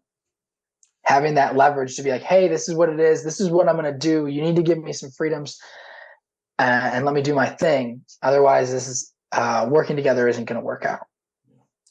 I don't think they have a choice. They really have to listen because if you don't get any views, then you've wasted your money and you've wasted your time. That's true, but it's just so new, especially for so like influencers in general are so new on social media, and then companies paying them, right? Like makeup and and different brands have been in that game a little bit longer, like paying influencers and things. But construction is right. They're old school. They've always been old school. And so getting them to start going into paying influencers it just takes more time and more convincing and showing them what the possibilities are. And it's unlimited. I don't think that these big corporations realize if they sit back and relax, they can make far more. I know some of the guys in construction that literally get all their business from Facebook and Instagram. Right. Yeah, that's how we started getting it too. Yeah. Was like we originally went door to door. Isn't that wild? Yeah. Yeah, that's awesome. Yeah, I think it still works. It still works. I think tons of people no one likes going door to door. It's scary, I think, like knocking on someone's door and just getting rejected over and over and over and over again in person. But that strategy works really well still to this day. Yeah. Well, okay. Well, think about it. An older person that did memorize phone numbers, an older person that is still watching cable television, they're probably wishing someone would come and BS with them for a few minutes, especially if you're not coming to sell anything stupid. If you have something I actually want, they're probably like, yeah, let's chat it up. Let's see what you got. That's true. I mean, that does happen. Most of the people try to ignore you, or people will just tell you to like yell at you and tell you to leave their yard, But it works as a strategy to build leads for your business, and so does social media. I mean, going on Facebook is huge, or like Nextdoor. Tons of lead generation sites work as well, but they're way more expensive. Yeah, I mean, I've only uploaded. I think the longest video uploaded is like 15 minutes. I think that it did take like 20 something minutes to upload to like YouTube. Try almost 2 hours. Yeah, I bet. That's a big old video, man. But I mean, if you get views on a 2-hour video or a 1-hour video, that's a way different ballgame on YouTube's metrics, right? Than a short. I don't know. I haven't made it to the point where I have all the metrics weighed out to pull a profit off of a YouTube yet. Okay. There are requirements, yeah. Yeah, I mean, once you get to the point where you're making money off YouTube, it's really about the amount of views, right? Because they're trying to push the ads. So the more views you can get for longer, the more you'll get paid. Which is why I started shifting that focus from Facebook, which I still post to YouTube, because that longer form video content is really what's going to end up being able to pay the bills, support making content. Well, that's the thing. I think I did this backwards. I didn't realize that if I did all the short, easy stuff first, that this would be a lot easier and I would have got a lot more followers up front. So I'm doing it backwards. It's all right. You got to figure it out, right? I mean, we're still in the beginning stages of this, both of us. Oh, yeah. 9 months, I don't know half of what I need to know. I'm still trying to figure out how to do the reels correctly. Because I do a large format, like high def video on TikTok, and then I try to transfer it over to YouTube Shorts, and it comes out too big. And I'm like, why is this video way too big for the screen? I'm like, still trying to figure that out. Yeah, you gotta be careful. So am I. Like I'll make all my stuff through like Power Director or CapCut, and then I'll upload it to each platform. Because if you post it to, because I did this in the beginning, I'd post to TikTok, and then I'd just download it, and then I post it to the other platforms. Well, it has the TikTok watermark on it, and so those platforms aren't gonna push it. Yeah, they're gonna hold it down because it has that. And I think that was a mistake I was making in the beginning that I corrected. It might be an issue. Well, I tried to get rid of the watermarks with some of those companies online, and they do it for free for like 5 videos, and then they want you to pay. I'm trying not to pay. I'm already paying. It's worth. It's worth it. Yeah, it's worth it. I mean, I bought Power Director. I bought CapCut. I bought InShot. It's another app for editing. And not having that watermark, I think, helps boost your videos. I'll put my own like logo watermark on my videos too. That way, if someone does steal it, hopefully that pops up. And you get a little extra traction there. Yeah, well, at least they know it's not theirs. Hopefully. Fair enough. But I know that was a big thing though before because I was having issues with. I was like, this is doing so well on TikTok, but it's not doing well on Facebook or Instagram or YouTube. And it was the watermark. Yeah. Yeah. And the best I've done, because I've been doing this for like 2 weeks now. YouTube, the best I've done so far with the shorts, I think I got to 860 views. You know how they do it in 2 days? So that's Yeah, the best I've done, and that was like 4 or 5 days ago. that's awesome for only being at it for 2 weeks. Yeah, yeah. You know, So I'm not sure what to do to change anything. I don't know. I don't know what to do yet. I'm trying to continue to figure it out. post. I'm interested to see what happens in like 5 years. That's the long term game. You know, like continuing to do this over and over again because like I'm only a year and a half in, and I'm still trying to figure out what to even do. Yeah, because You think about it, know, Mr. Beast. You brought him up. You know, that is the stamp that everybody wants. You know, what I mean, this guy grinded for how long when he was a kid? like 10 years. Yeah, man, Yeah, and 10 years. he really put the time in. And there And was I think there was no one really like him before it either. there's not, and there still isn't. I don't think. I mean, there's tons of other creators out there, but nothing like Mr. Beast. But no one in this world that we get such instant gratification. I don't think people are going to put the time and effort that they need to actually be creators, and that's why you know what I've kind of mentioned before, as far as like it's now popular to try and be a creator or influencer. I like using the word creator better, but that's just me. Um,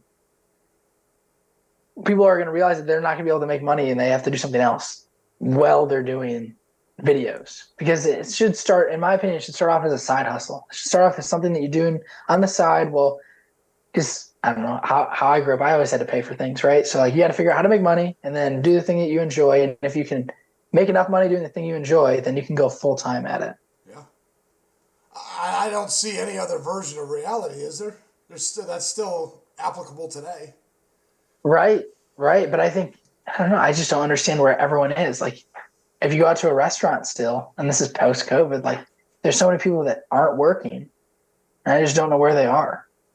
Are they all still trying to be influencers? Because like, I, Well, okay. I came up with a theory, and I have yet to have anybody knock me on this. So COVID hits, and you don't have a choice. You can't work at the grocery store. You can't work wherever it was. You just can't. You're not essential. Go home. right, And people are like, shit, I can't pay my bills. So the kid's 25, and he's like, okay, I'll go stay at my aunt's house.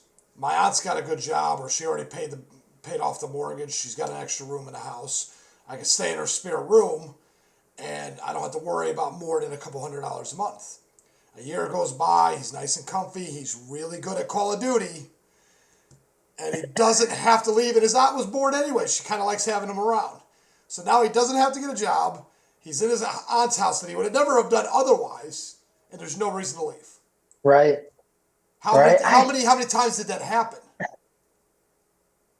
I don't know. I mean, I gotta think that's a generation before or younger than me though, because like no one I know personally is doing that. Well, okay, well, how many people your age or my age can go back to their parents' house? Well, I mean, I'm 28. There are kids, Oh, that's true. Yeah, yeah. you know, that Oh stay to their parents' house no, till they're 30 or whatever. Yeah, but yeah, like, that's pretty common to stay until you're 30. Most people go to college for 4 years or 5 years. They don't make $1 million a year right away.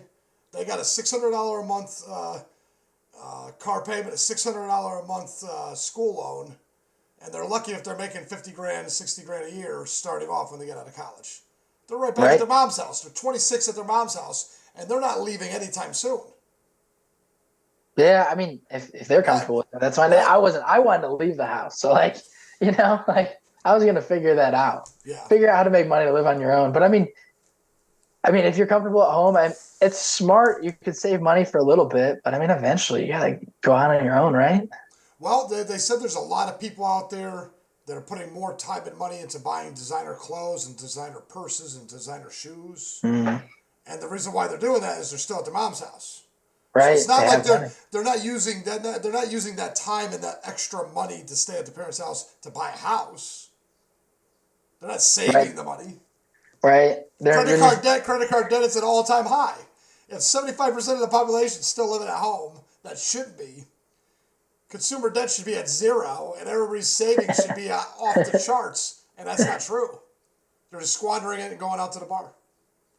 Oh yeah, 100%, because they can, right? Because they're not paying for anything, and they probably haven't been taught how to deal with their money, how to finance, right? How to budget. No one, school doesn't teach you that. No, school is terrible for most of that stuff. I'll be honest with you, they're falling short on so much. Actually, AI looks like it's going to take over that too. Have you seen what the Chinese are doing? They got the halo on the kids' heads, and they can pay attention to see if the kids are paying attention. What? Oh yeah, it's wild. Google it. Google it. That's nuts. Your mind, man. Yeah, the Chinese have taken it to the furthest extreme humanly possible. That sounds like the Chinese, right? Like they go hard at whatever direction they're going. They're like a beehive. It's a billion people all in one giant beehive. It's insane. Wow, that's nuts. Yeah, see, I don't know. I don't know how people could just stay at home. I mean, I get trying to look the part, right? So like you were saying, they're buying designer clothes and they're going out, so they're making it look like they're doing something. But I'd rather not look like I'm doing something and be grinding in the background than pretending that I have it made. Yeah. It's a transition of thought process. It really is. You really have to change your mindset. True. Yeah, it's delaying gratification. Which is becoming harder and harder, man. People don't realize that if you can't do that, you can't do anything else. You're stuck wherever you are. You're just going to walk in circles forever until you can acquire that knowledge that you need to hold back the gratification of spending your money. The best example I can think of is I worked in a psych ward for like drug rehab and stuff, and some of the guys would be like, I don't want to do drugs anymore. I'm done with the drugs. I'm getting old enough. I don't want to die. I'm kind of tired of it, but I can't stop with the hustle. So it was one of those things where in 2 hours, I need to make $40 so I can go get high again. And then I got to go hustle and find a way to coerce somebody or trick someone into giving me $40 again so I can go find another bag of dope so I can get high again. And that instant gratification. Go get something in 2 hours to go get high, to go get something in 2 hours to go get high.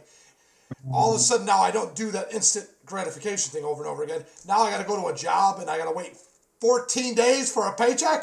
They can't do it. They just can't do it. Like, I can't wait that long for a paycheck. Right? Yeah, no, tons of people can't wait. And I think part of that is social media, right? I mean, you have those hits of 10-second videos, 15-second videos constantly just scrolling. It's hard to wait for your delivery of the food that you went on your phone and ordered to show up at your door. You know? It is. It's just getting worse because everything's becoming the normal. Right. But I mean, YouTube and TikTok are starting to push longer form content. Now, how long has that been the case? Well, TikTok is relatively new, so they have a beta program going on for creators where you can only make money if your video is over a minute now. So if your video is less than a minute, you're not going to get paid, but over a minute you'll get paid. Wow. And so they're just pushing this out now. And not only that, but I noticed when I upload, it can upload 30 minutes. Yeah. It used to be what? It used to be like 5 or something. Well, it definitely wasn't 30. Yeah, it definitely wasn't 30. And then it was 10. Yeah.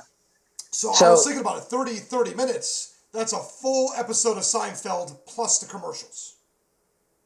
Or Family Guy or any of those. Yeah, or that 70s show.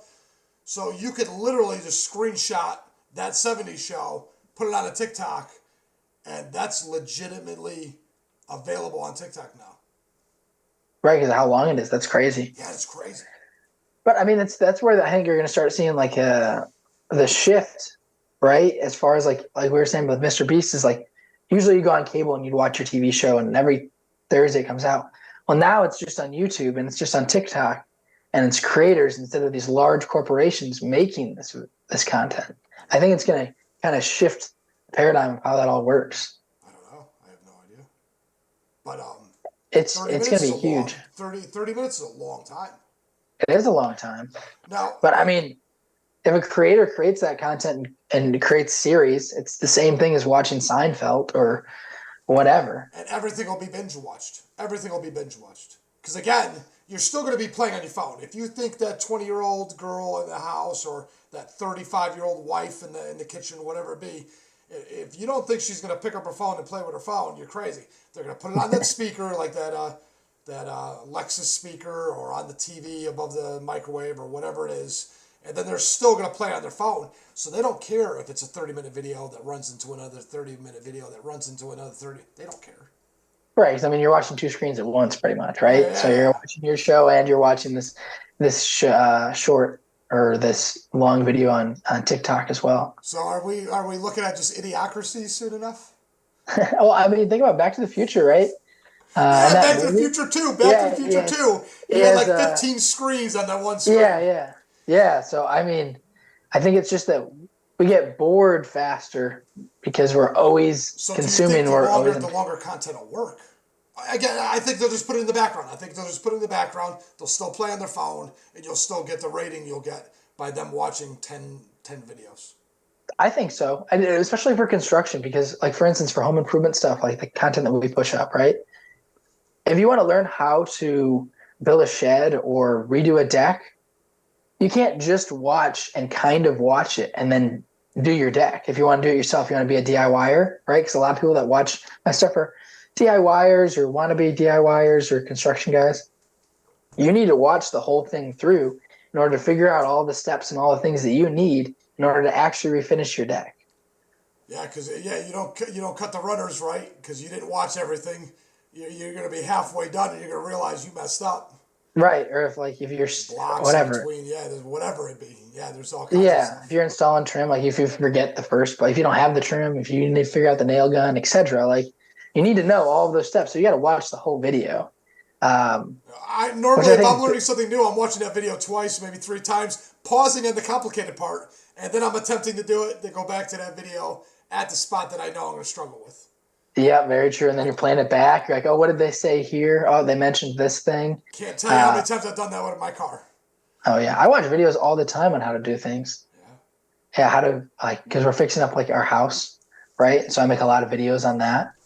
And so I'll go on YouTube and I'll look for a video. And honestly, there's so much content out there, but it's like not content for exactly what I'm looking to make. So I'm like, all right, well, I'm just going to make my own version of this. And I'm going to make my own video. And I found these things helpful that I didn't see in those other videos. That's So I'm going huge. to add, Jonathan, right. that's huge, man. That's awesome. Yeah.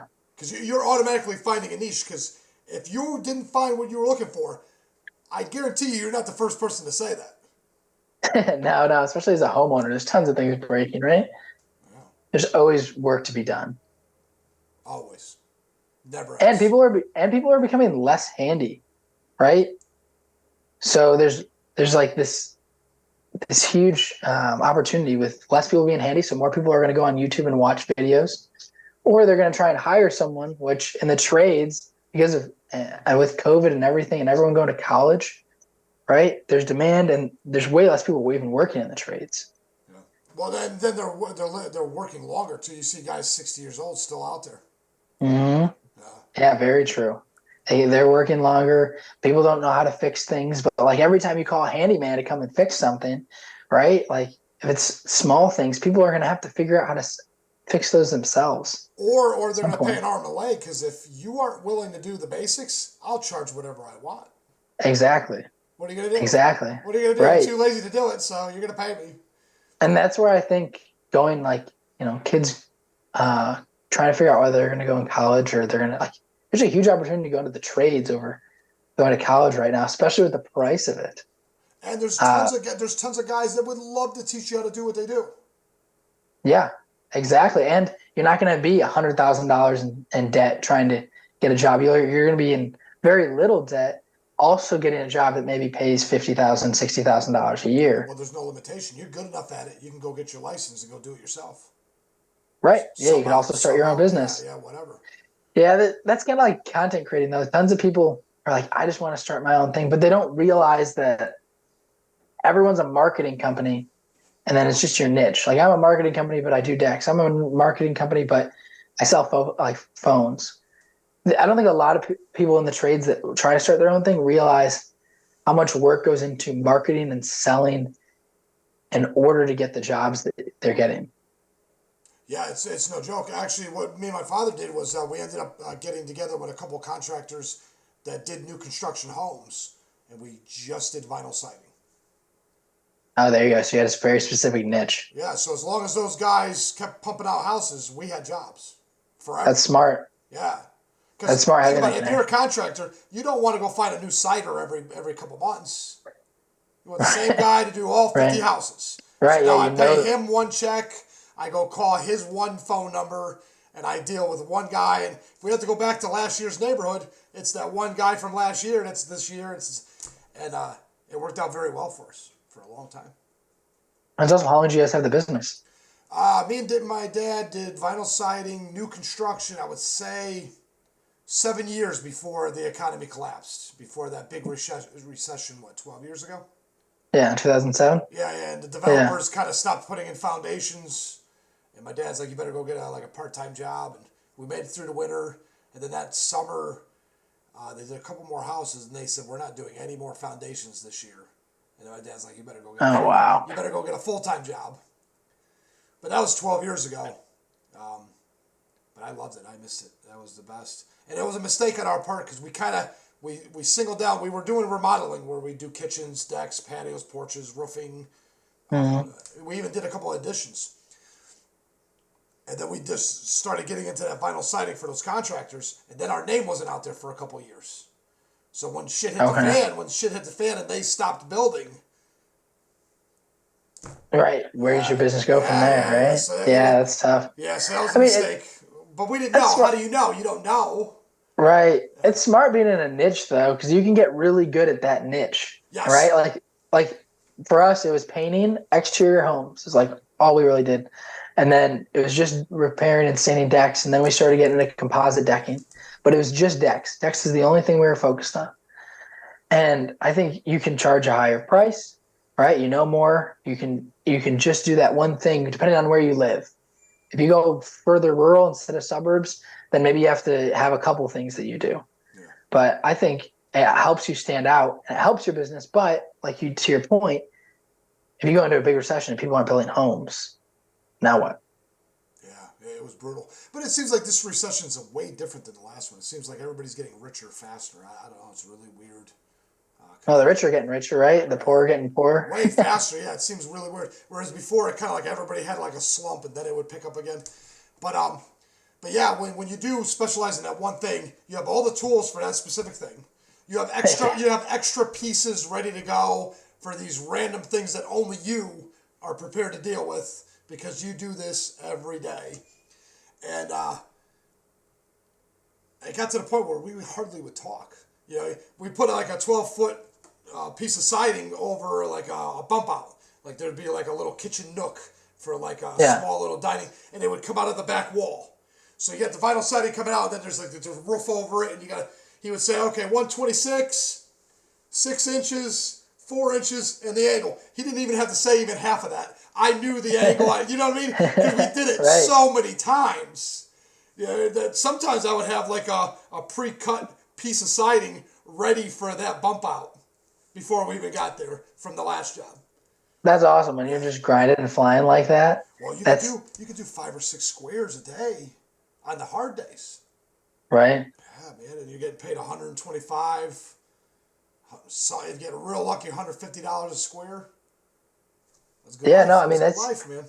yeah, it's a great way to go. But like you said, you go into a recession, now you got to pivot and you got to figure out a different way of doing things. Yeah. Oh, my dad was pissed. He was so mad. He was like, I should have retired a millionaire. Yeah, he ended up retiring quite well either way, but he had to get back in the grind a little bit.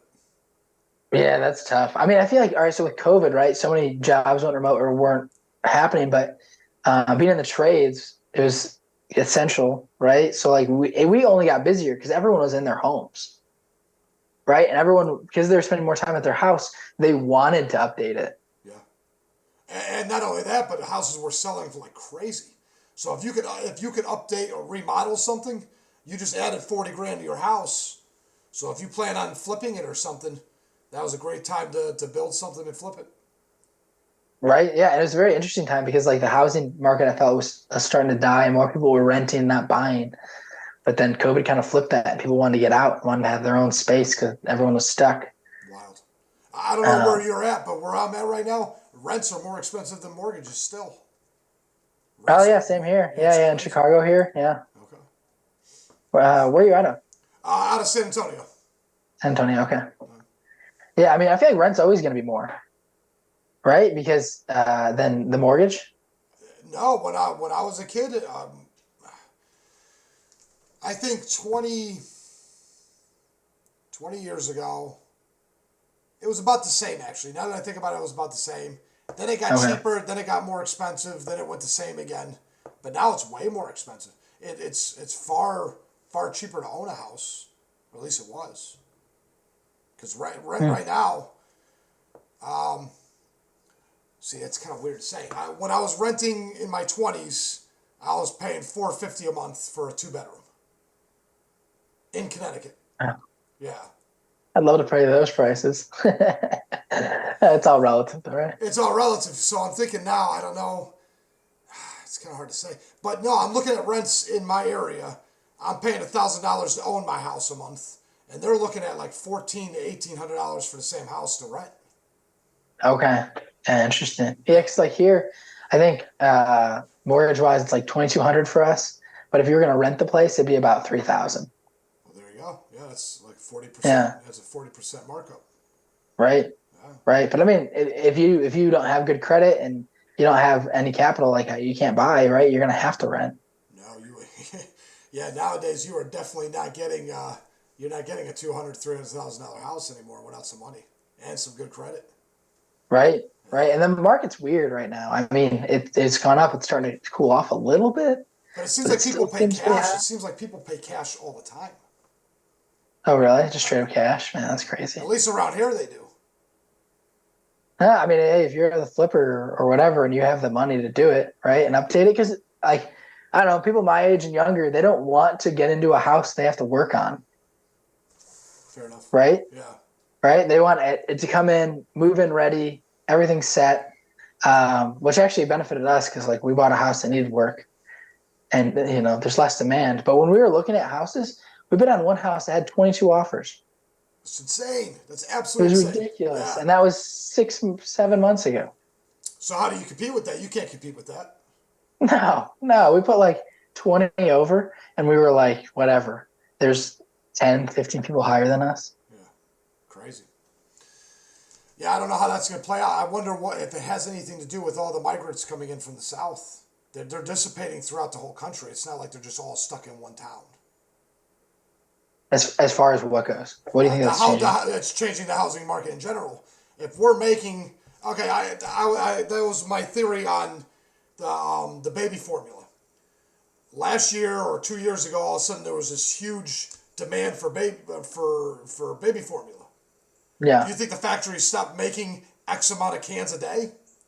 No, I think COVID created more babies. Or we had a bunch of people come up from down south that were having babies.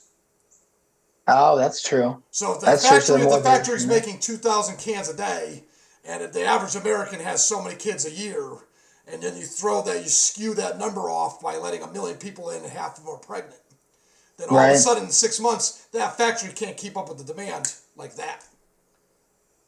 Yeah, that's a good point. Plus, So I what? mean, supply chain's always has been an issue since COVID too. You never know what all of a sudden is going to get backed up, and you can't get anything out. Yeah. Well, You know? that was my point with the housing. Is if you let 1 million people in that we weren't planning on coming in yesterday, tomorrow, do they live under a bridge? Right. That's a good point. That's a good They gotta point. live somewhere. They got to live somewhere, They right? gotta live somewhere. So if you think your house is the exact same value, if you watch the housing market and the population of the U.S., they go like this perfectly. They follow each other exactly. So Mm. if we're increasing the population by 10%, then the housing market will go up no matter what. I don't care if not one person has a job. If I you mean, increase eventually, the population, you will increase the value. huh? I mean, history tends to repeat itself, right? So, like, what are we in for in the future? Like right now, it's the Roaring Twenties in a sense, but with COVID, Yeah, right? yeah. Because a year, 100 years prior to this, there's also a pandemic. What's the 30s have in store for us then? I don't know. Yeah, there was people in bread lines for a long time. But you know, I think the depressions were a good thing if you think about it. I think they were a great thing. Um, One, we recycled millionaires. So you had these guys that we were willing to let them become filthy rich, but the economy collapsed. They lost everything. They were jumping out of windows. Mm, Those corporations that didn't have really good business plans and didn't have really good customer service and didn't be responsible with their money and save it for a rainy day, they collapsed. So if McDonald's had a good business plan and Burger King had a bad business plan, Burger King would go bankrupt.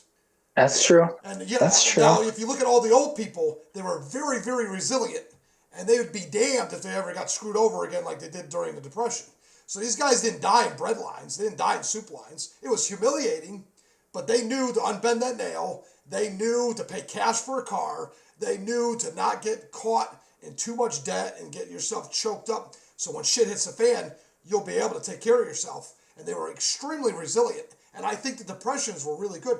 Because if you look at it now, we got a soft population that's never been tested in war. They've never been tested by a depression. They've never been tested by any famine. They've been never tested by anything that would make you rugged.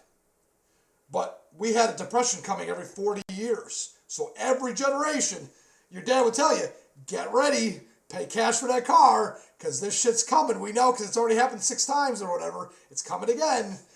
And people knew. And then you felt the pinch. Every 40 to 50 years, you felt the pinch. And bad ideas and bad companies died. And we recycled our millionaires. And there was no like aristocracy where Paris Hilton gets to keep all the money. Right. I mean, that's a good point. I mean, during the Great Depression, my great grandfather, he lost everything. Right. So like he went to work one day, he started making phone calls, and his business partner's like, "What are you doing? We're out of work. Like that's it. Like there's a run on the banks. You can't get your money. We're done." Now, did he Right. So die? like Did he die or did he he did not reproduce? die. He didn't die. No. He reproduced. So he reproduced. He ended up creating another business and ended up becoming a millionaire. Like this guy ended up crushing it. But it's true. Like those hard times create tough men. Yeah, Right? rugged Isn't it? men, rugged men. So What's these that? guys, not only did they know that they had to work their 40 hours a week and maybe a little bit overtime, but they'd be damned if they didn't fix their own car. They'd be damned if they didn't fix their own house. And that was the average guy. The average guy Right. worked his 40 hours and fixed his own lawnmower and fixed his own house. And that was considered the norm. Red Foreman was the norm. Right. That's very true. I mean, now you work your hours and you don't fix anything. You don't touch everything, and everything is on borrowed money. Right. You buy your house with borrowed money. You buy your car with borrowed money. You put things on a credit card. Right. So how bad was the Depression, the Great Depression? Was it a bad thing? I don't think it I was. mean, some would say it was bad, right? I mean, was it necessary is the question, probably, right? Well, here's the deal. When you have a free society like we have, you're going to get soft if everything gets too easy. That Great Reset every 40 years forced every idea to get tested, every company to get tested, and every man to have to buckle down a little bit, at least a little bit. Right. That's true. So the entire society, 300 million people, had to go through a little bit of a fire. Right. At least once a lifetime. I True. don't I see mean, any, I don't see any loss in that. I don't see anything that's bad about that. right. Struggle. That was the best. That was the best case scenario. Right. Struggle definitely creates hard men. Is the quotes? Yeah, there's a great quote. Hard Hard like times hard men make good times, or hard men good times. Good times make weak men. Weak men make hard times. And hard times. Yeah, and it's just reciprocal. Yeah. It just keeps recycling. Exactly. But do you think it's going to happen faster now? In our society, right? Because like happened a little bit in 2000 with there's a small dip as far as internet companies go, right? And then 2008, and 2007, there's the Great Recession. Do you think it's just going to happen faster and we're going to recycle through it quicker going forward? There's a lot of variables that have never existed in human society ever, and they have to be addressed as a whole. So you can't just look at, okay, for instance, in the first time in human history for the 7,000 years that we've been writing down what we do and carving it in the stone, the poorest among us are fat. That's never happened before. It's true. So you got to take into consideration that can China give electricity to 1.3 billion people like we do here in America? Do you think it's possible? I don't know. So you got to take into okay. So what I'm looking at right now is we're playing this weird game, and it's not political to me personally. It just seems like a belief system that's really weird. Communism wants everybody to be equal. Mm-hmm. So what's the first thing communism does to make everybody equal? Makes everything. The government. They make Government everything. owns everything. Well, no, they make everything scarce. People don't realize when TVs get cheap, the disparity between rich and poor grows even exponentially more. There's something, Right. once you have a society of abundance, when food is cheap and clothes are cheap, the gap of disparity grows exponentially. You cannot, every form of government since the beginning of time has tried to do this. The 1% get rich and 90% are poor, and there's nothing we can do about it.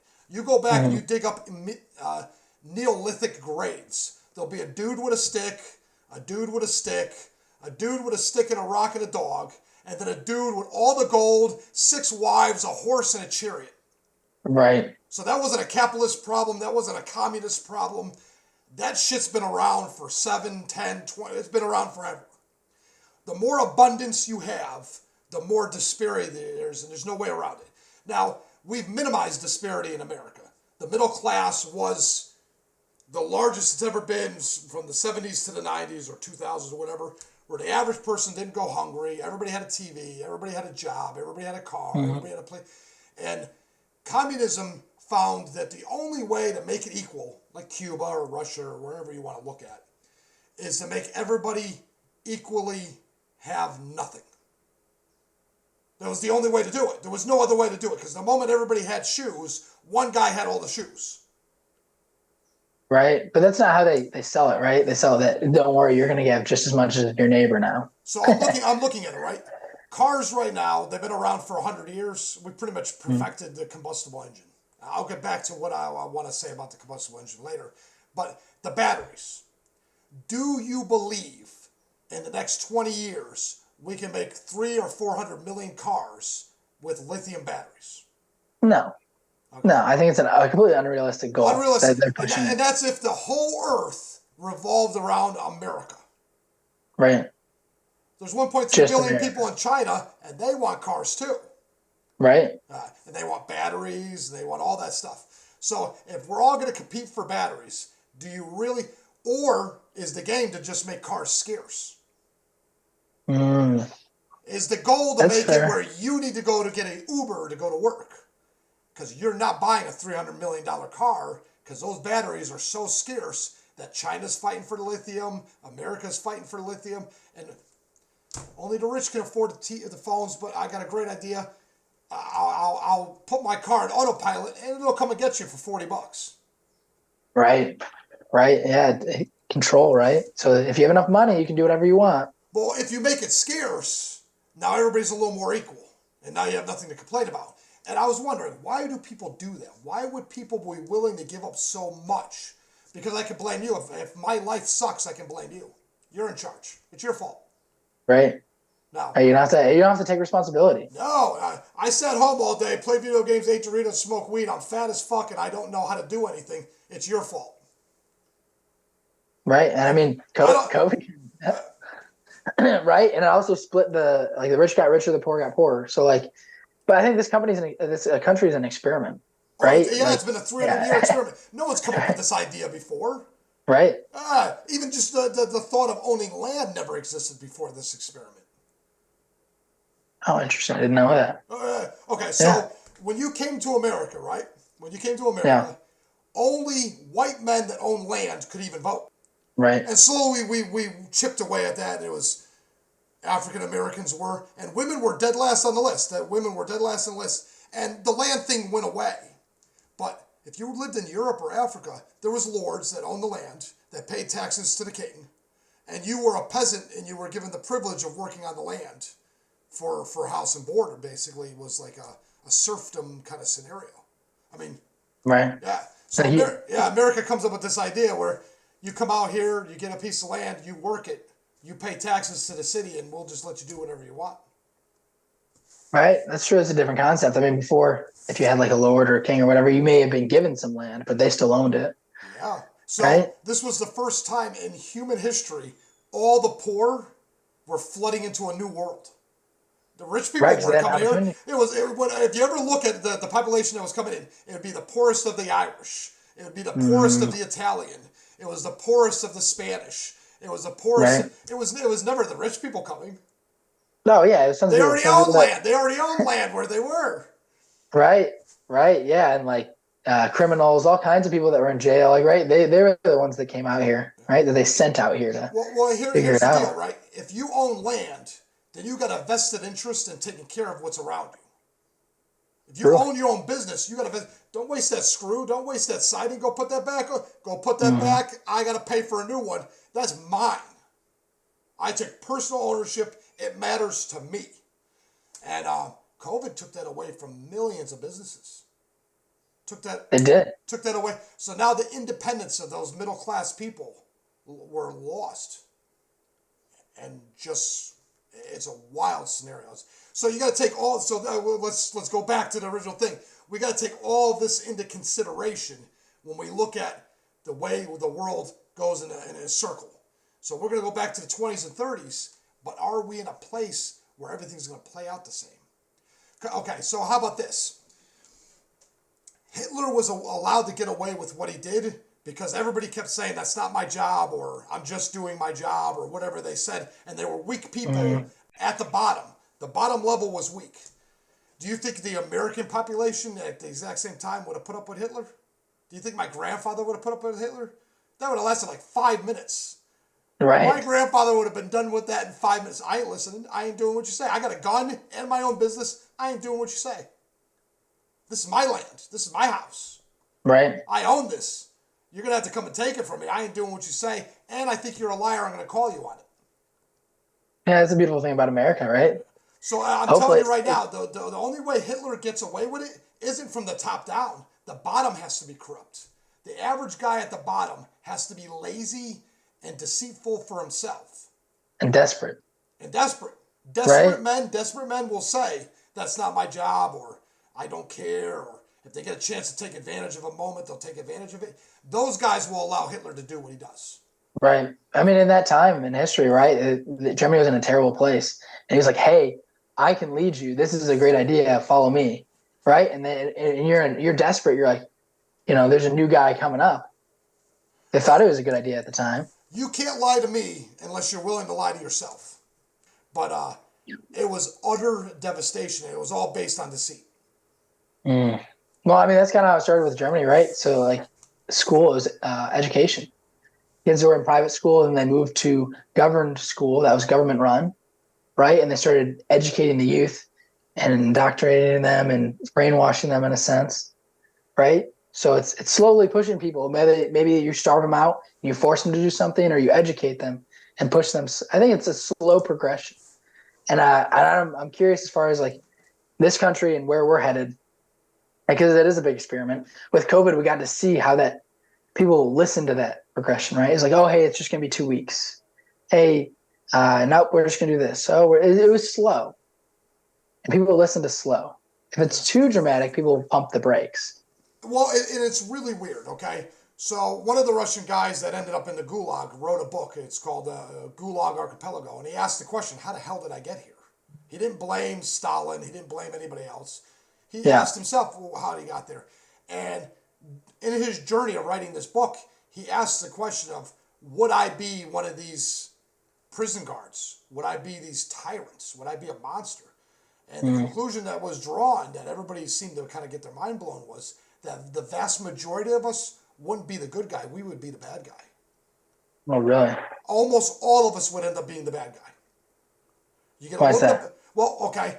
Say you were in high school and you got picked on all the time, and now you have a chance. You have a little bit of power, and you have a chance to make that jock pay for what he did.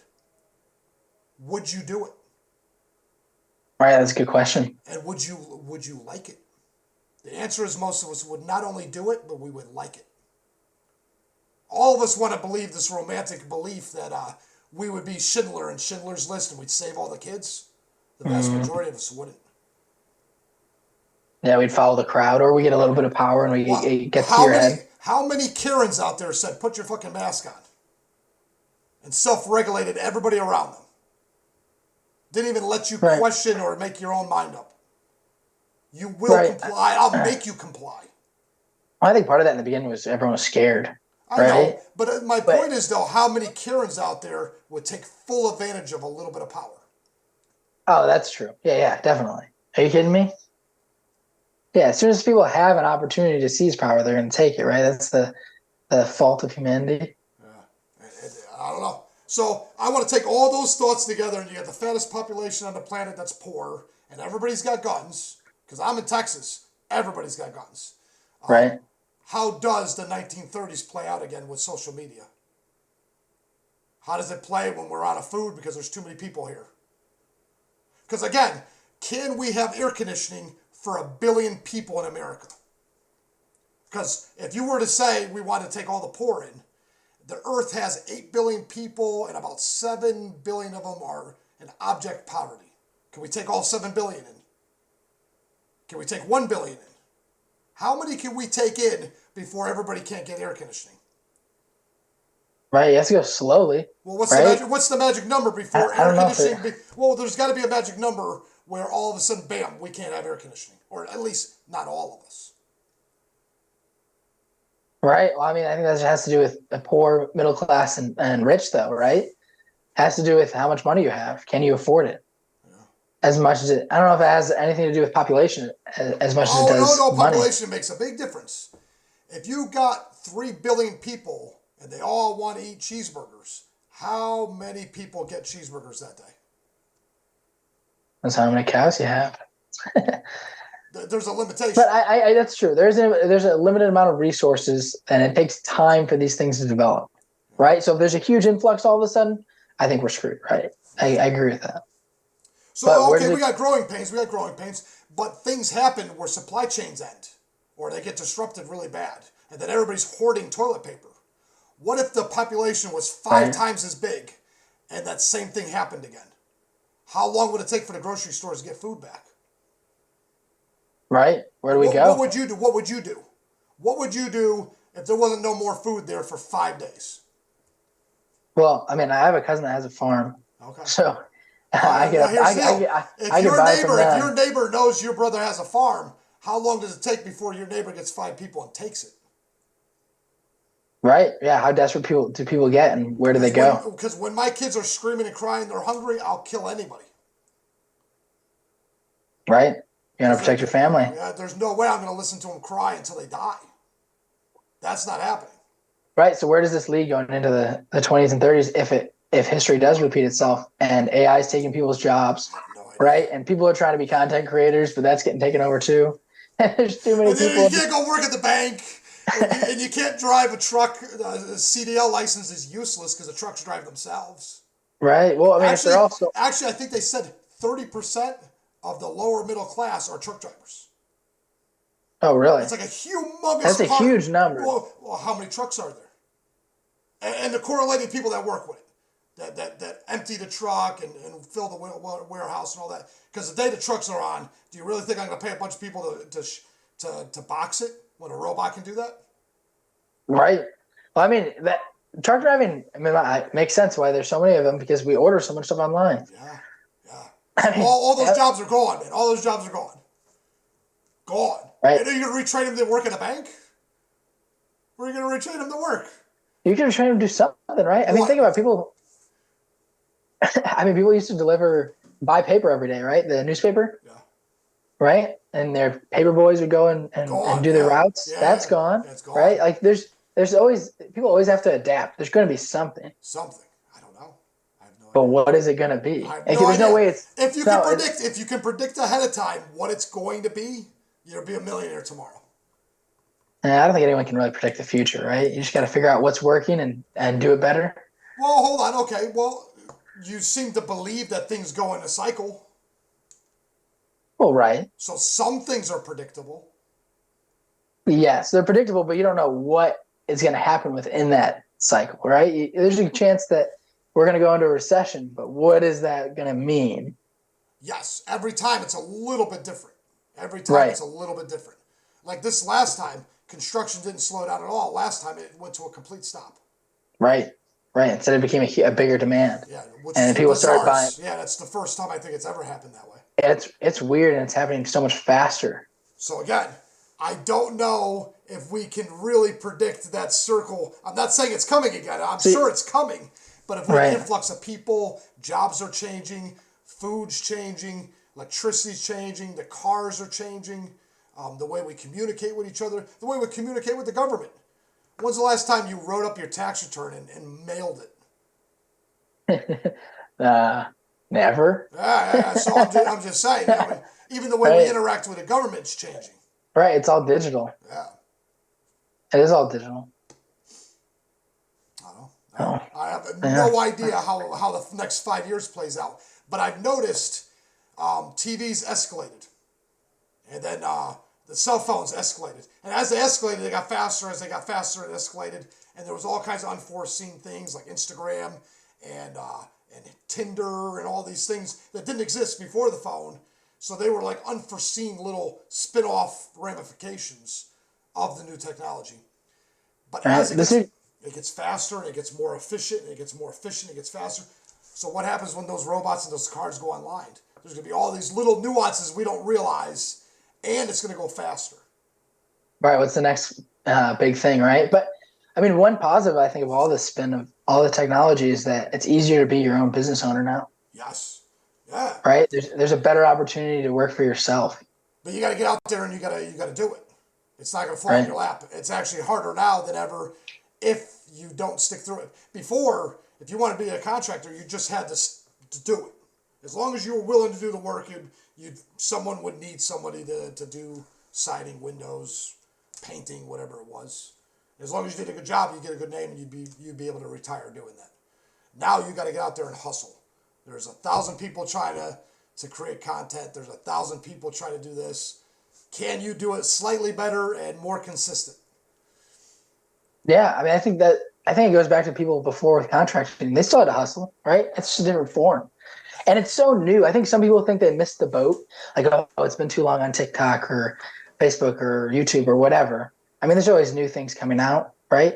And if you I think pivot, it's if just you pivot, you're already knee deep. right. It's just beginning. This is just the very like ground level of content creation and social media. And I'm excited to see where it goes because I think it's going to be huge. I think it's going to be huge. Actually, like I said, we're vying for all the attention that used to be for Seinfeld and all these other shows. And they were like these bubblegum shows that would go for the teenagers and the parents at the same time. Right. But I mean, think about it. You had, say, a mom, dad, and three kids, and they're all watching one show.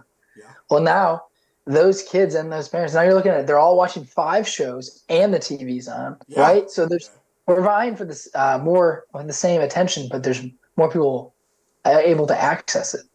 So there's a bigger audience, Yes. And if you can create content that doesn't have a language barrier, right? So like if I do a video and a tooltip video and it doesn't have any words, well, now it's not just someone who speaks English, it's anyone in the world can watch that and understand that. And you have an even broader audience. Everybody has a cell phone. There's people living Right. in tin shacks with cell phones. Oh, yeah. I mean, India is like one of the biggest up and coming as far as that goes. Like they're becoming a huge audience. They're one of my big portion. Like the U.S. is the biggest portion of my audience. But like up and coming, it's definitely like India. Yeah. Because people are now getting access to smartphones and it's becoming more broadly available, it seems. And YouTube is huge there. I think India is the biggest market, I know they have over 1 billion people. right?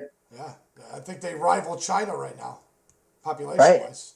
Yeah. And more people are able to get online versus like, China censors that more so they can't watch all that content. But it seems like India, you can. Yeah. They have like a serfdom kind of scenario where there is a tier system in the population, but Okay. but they have a very free market outside of that. It's rather the world is a wild place, and it's moving so fast. It It's is. so wild. You see these modern cities in the middle of like a third world country, and people in tin shacks, but still have access to everything we have. And it's wild. But you're right. If you could break that language barrier with content, and it doesn't have to be profound, those stupid cat videos do quite well around the world. Exactly. What's entertaining? Yeah. And it's pretty neat to be able to do it. And you're right. You're vying for 5 times the attention. There's 5 different people playing on 5 different things with some background noise, which might be a podcast, it might be a video that's 20 minutes long that just runs, and you just don't know what is going to be the next big thing. And if you're doing it now, you pivot when the new thing comes, you're already knee deep. You're knee deep and you're pivoting while something new comes, and you're right there ready to jump on it. Right. Yeah. I mean, it's for me. I mean, it's just continuing to add content to new platforms, right? Because like I post to TikTok and Instagram and YouTube and Facebook and Snapchat, and what's going to be the next thing? There's going to be another app. Well, I feel like they're all kind of blurring together. There's going to be like this one app that just does everything. You think so? I don't know. I have no idea. I think the new generation, like I know, Be Real was an app for younger people. Like I think the younger generation is always going to want something different, something new. Yeah. That's why TikTok blew up, right? Yeah, it was huge. And Snapchat too. You're right. Snapchat was another huge one. But that's Right. already seemed like it's run its course. Snapchat? Well, yeah, it seems like it. It's huge. Oh, I It's know it huge. is, but it seems like the kids don't think it's as cool anymore. Oh, I know people that like if they're gonna get someone's phone number, they're not gonna get their actual number. They're just gonna get their Snapchat. Blows my mind. Yes, I agree. And they'll DM you on Instagram and like those pay attention to all that. And my kids will do weird stuff. It's so weird. They won't call you on the phone. They won't. They barely ever. But they'll play Roblox while talking to you and screaming at you on the phone. Do you know what I'm saying? Through the app of playing the video game, they'll scream at you. Yeah. And it's wild how they're the boundaries of an acquaintance are so different when you look at it through playing a video game and screaming at someone. It's so weird. It's so weird. Oh, yeah, it's totally different. I mean, being in sales, I'm used to being on the phone all the time. But like I've called people before and they're like, "What's up? What's going on?" And I'm like, "No, I figured it'd be faster if we just talk on the phone." Yeah, because texting, I'm literally talking to the text. I'm not texting, I'm talking. Right. I just talk to you instead of the robot. I remember when that first came out, I didn't like it. I was like, I'd rather type it. I don't want to like speak to it or swipe or whatever. But I mean, now I'm used to it. I love just being able to just say the words and it works. But yeah, that was the transition. Yeah. Again, it's moving so fast. It's moving so fast. Right? Are you gonna have a phone just programmed into you, or do you just think it, and it'll go? Well, here's the deal. How do you filter out my thoughts? Because if we all got something implanted, how do you filter out my thoughts from your thoughts and all that other? It sounds total chaos. I don't know. And did we get like a collective thought where everybody agrees that cat's cute? Right, I don't know. Because if you think about it, when we look at social media, we get these collective norms that everybody kind of agrees on. Not everything gets 10 billion views or 10 million views. Certain things do. So we come to an agreement. Right. I mean, a lot of people call it the algorithm. The algorithm pushes your stuff. But I don't know. I really think it's just people liked it. Like you said, they come to an agreement. I really like this. I'm going to share it. Yeah. And I think sometimes people get caught up too much on the algorithms. And I mean, those are all important, the hashtags and things. But and I've done it before where I was just turn those into muscle memory as soon as you can. Your hashtags and all your timing and all that stuff, turn those into muscle memory because I think you're right. They're not as important. Right. Consistency and continuing to produce. Figuring out what's popular. I mean, I don't do like TikTok dances or anything like that, but if there's like a trend, and I'm not doing that. My daughters do that all the time, and it blows my mind. They try to get me to get in there, and I'm like, number one, I'm goofy as shit. There's no reason for me to be on there at all, and no one wants to see me dancing with you. Oh yeah, I mean, I've seen some contractors like dancing on their decks, like doing TikTok dances, and I'm like, I'm not going to go down that rabbit hole. But if there's a trend that's somewhat relevant to what I'm doing, then I'll make a video with that music or that trend or whatever. Yeah, and it's fun because you don't know what the next one's going to be. You don't know what you're going to be able to do, or if you can put a new spin on it. one day everybody's putting buckets of ice on their heads. Who knows if you could have came up with a new idea? Right. You can start a trend. Yeah. I've tried, I'm like, oh, this trend, even though it wasn't a trend yet, because it can catch on faster. Wouldn't that blow And your mind sometimes if you could do that? Like all of a sudden there's a billion people in India all doing the same thing you did. that'd be nuts. I can imagine having that much influence. Totally within the realm of reality. It is not outside of the realm of reality. Right. That's true. I mean, I never thought I'd have the followers or the views that I have now. I never would even. Are you kidding me? I never thought someone like myself could get that. Like get that many followers or views on content. But I think TikTok opened that with their algorithm, being able to push people's content outside of who you follow. And that really opened the door for a ton of people that otherwise wouldn't have had the opportunity that we have now with content creation. Yeah. Well, they say TikTok's the most open algorithm. Whatever fairness they play, whatever tier system they use, is completely based on just what is the norm. What is everybody's general consensus? I like this video, I don't like that one, so this one gets pushed up. Then it goes up against another one. I like this one goes up. And they just are completely organic with their ability to just find out what everybody wants to see. Right, which is huge.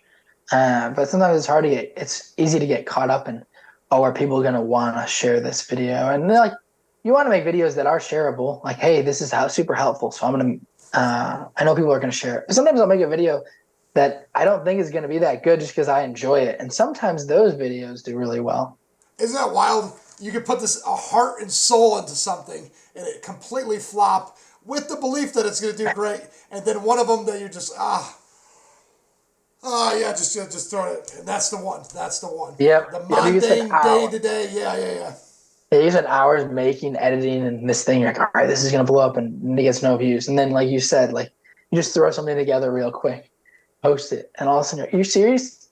Like I just spent 30 seconds, a couple minutes on that one, and it crushed it. So can you break it down and figure out why it made such a difference? Can you break down what you're doing and figure it out? Because I have a hard time really figuring it out. I'm learning. So like the wording can make a big difference, right? So like what you have on your video, where it's placed, what color is it? Are you changing it up? So your captions, your hashtags, what you write, if it's concise and to the point, how often you're changing the angles, right? Because like you can't have it sit at one angle for at least for shorts for more than like 7 seconds. Right. So if I did a video of like a tooltip video and I had it the same angle the whole time, it's not going to do as well as if I change the angle like 3 times. I'm still doing the same thing because the angle changed, like movies, right? Like a 2-hour movie, the longest scene you'll see is 15 seconds in the same camera angle. Wow. If you watch a movie, it blew my mind the first time. I was like, no way. And then I watched the movies like every 3 to 15 seconds, they change the angle for 2 hours. And your brain is just getting stimulated. Right. So if you look at yeah. So yeah, the cover photo is huge too. That's like one of the biggest things because are they going to click into it? And that cover photo can make or break that. If it's an awesome cover photo and you have tons of people clicking into it, the video is going to do way better than even if it was the same video, but you have a terrible, blurry, off in the distance cover photo. It's not going to do nearly as well if it's like close up, bright and clear. So those make a huge difference. That's frustrating me too because my thumbnails were great for a little while, but Canva only lets you do so much, and then they want you to pay again. So I'm like, this is driving me nuts. How many people are going to suck me dry for $10 here a month and $9 here a month? Right. Yeah. I mean, I don't know. You just got to pay the piper in a sense for some of those editing softwares so they have all the features and they don't have their watermark on it, in my opinion. But for a long time, I used InShot and I didn't pay for it. Okay. And I used it for free, but it had the watermark, right? Yeah. But eventually I was just like, once I started doing brand deals, they're like, I sent one company a video preview and they're like, this isn't going to have this watermark when you actually post it, right? You're like, ooh, I was like, oh man, I gotta pay for the app. No, it won't. So of course not. Yeah, but Yeah, brand deals with how things are playing, like brand deals are a big part of everything if you want to be a creator. So that's figuring out how to reach out to companies too, because now you're going back into marketing. You're just selling a different product instead of decks. Now I'm reaching out to these companies for my channel and what products they have that I can help promote. Yeah. Oh, I know. Yeah, I saw you with the dandelion puller. That was a great little tutorial there. You're like, okay, will this thing work? And you stick it in there. You do it just like anybody else, but the release, you really bring it in deep on the release. You like slow motion, let it fall in slow motion. Yeah, it's fun. I love it. I mean, playing with the different products is also just fun. Like I just get to play in my shop and create videos for tools that I like to mess with anyways, Yeah. or whatever product. But reaching out to those companies, it's a whole different ball game. How's that work out for you? How is it? Do you like just present to them? Hi, I like your stuff. I'd really like to let other people know how great your stuff is. Can I get some free material? And would you pay me if I can get 100 million or 100,000 views next week on your product? Yeah, pretty close to that. I mean, a lot of people, Instagram, you DM them, like companies, they respond well to that, or emailing them. So Like basically, there's, like I do with you guys. yeah, Yeah. No, yeah, no kidding. yeah, I yeah. stumbled on that idea too. Yeah, it's super smart. Like DMing on Instagram seems to be like the best way to reach out to people. Isn't that wild? I got Yeah, OnlyFans girls. I got all kinds of people, man. yeah, it's smart. Just sending those DMs. I do the same thing. You're reaching out to people probably every day, right? Yeah, For the podcast. I yeah. do the same thing for companies. I'm usually just like, hey man, love your product. I feel like my audience would be a perfect fit for you guys. We get 20 million views a month, and we have 400,000 followers and growing. Let me know if you're open to collaborate. Yeah. Okay. And that's just how I start the conversation. And the worst case scenario is you do it 10 times and you get 9 no's. Right, exactly. Worst case scenario. But a lot of people are afraid of rejection. But I'm Yeah. just like, all right, how many no's can I get to the next yes? So, Yeah. and companies respond pretty well. Even if they're not interested now, I'll usually get their email, and I'm just collecting a database of emails of companies that I can reach out to Yeah. as Just I run back. You continue can to, run back at them later just to see if they right, change their mind because you don't know. like 3 months from now could be a new marketing executive. exactly. And maybe, I'm bigger now. So like in 3 months, I'm bigger than I was, and they have a new marketing executive because those people change too. I'll email somebody and I'll be like, that didn't go through. That person's gone. Like, on to someone new. Awesome. All right, Jonathan. On that So note, what are you doing right now? What is your big project right now? big project right now. I'm working with a couple different companies. I worked with a pest control company. Might be redoing a deck pretty soon here. I'm always working on a couple different projects, and different brand deals. So Oh, that's awesome. yeah. Sounds So like you and your brother really have something going here. That's pretty smart.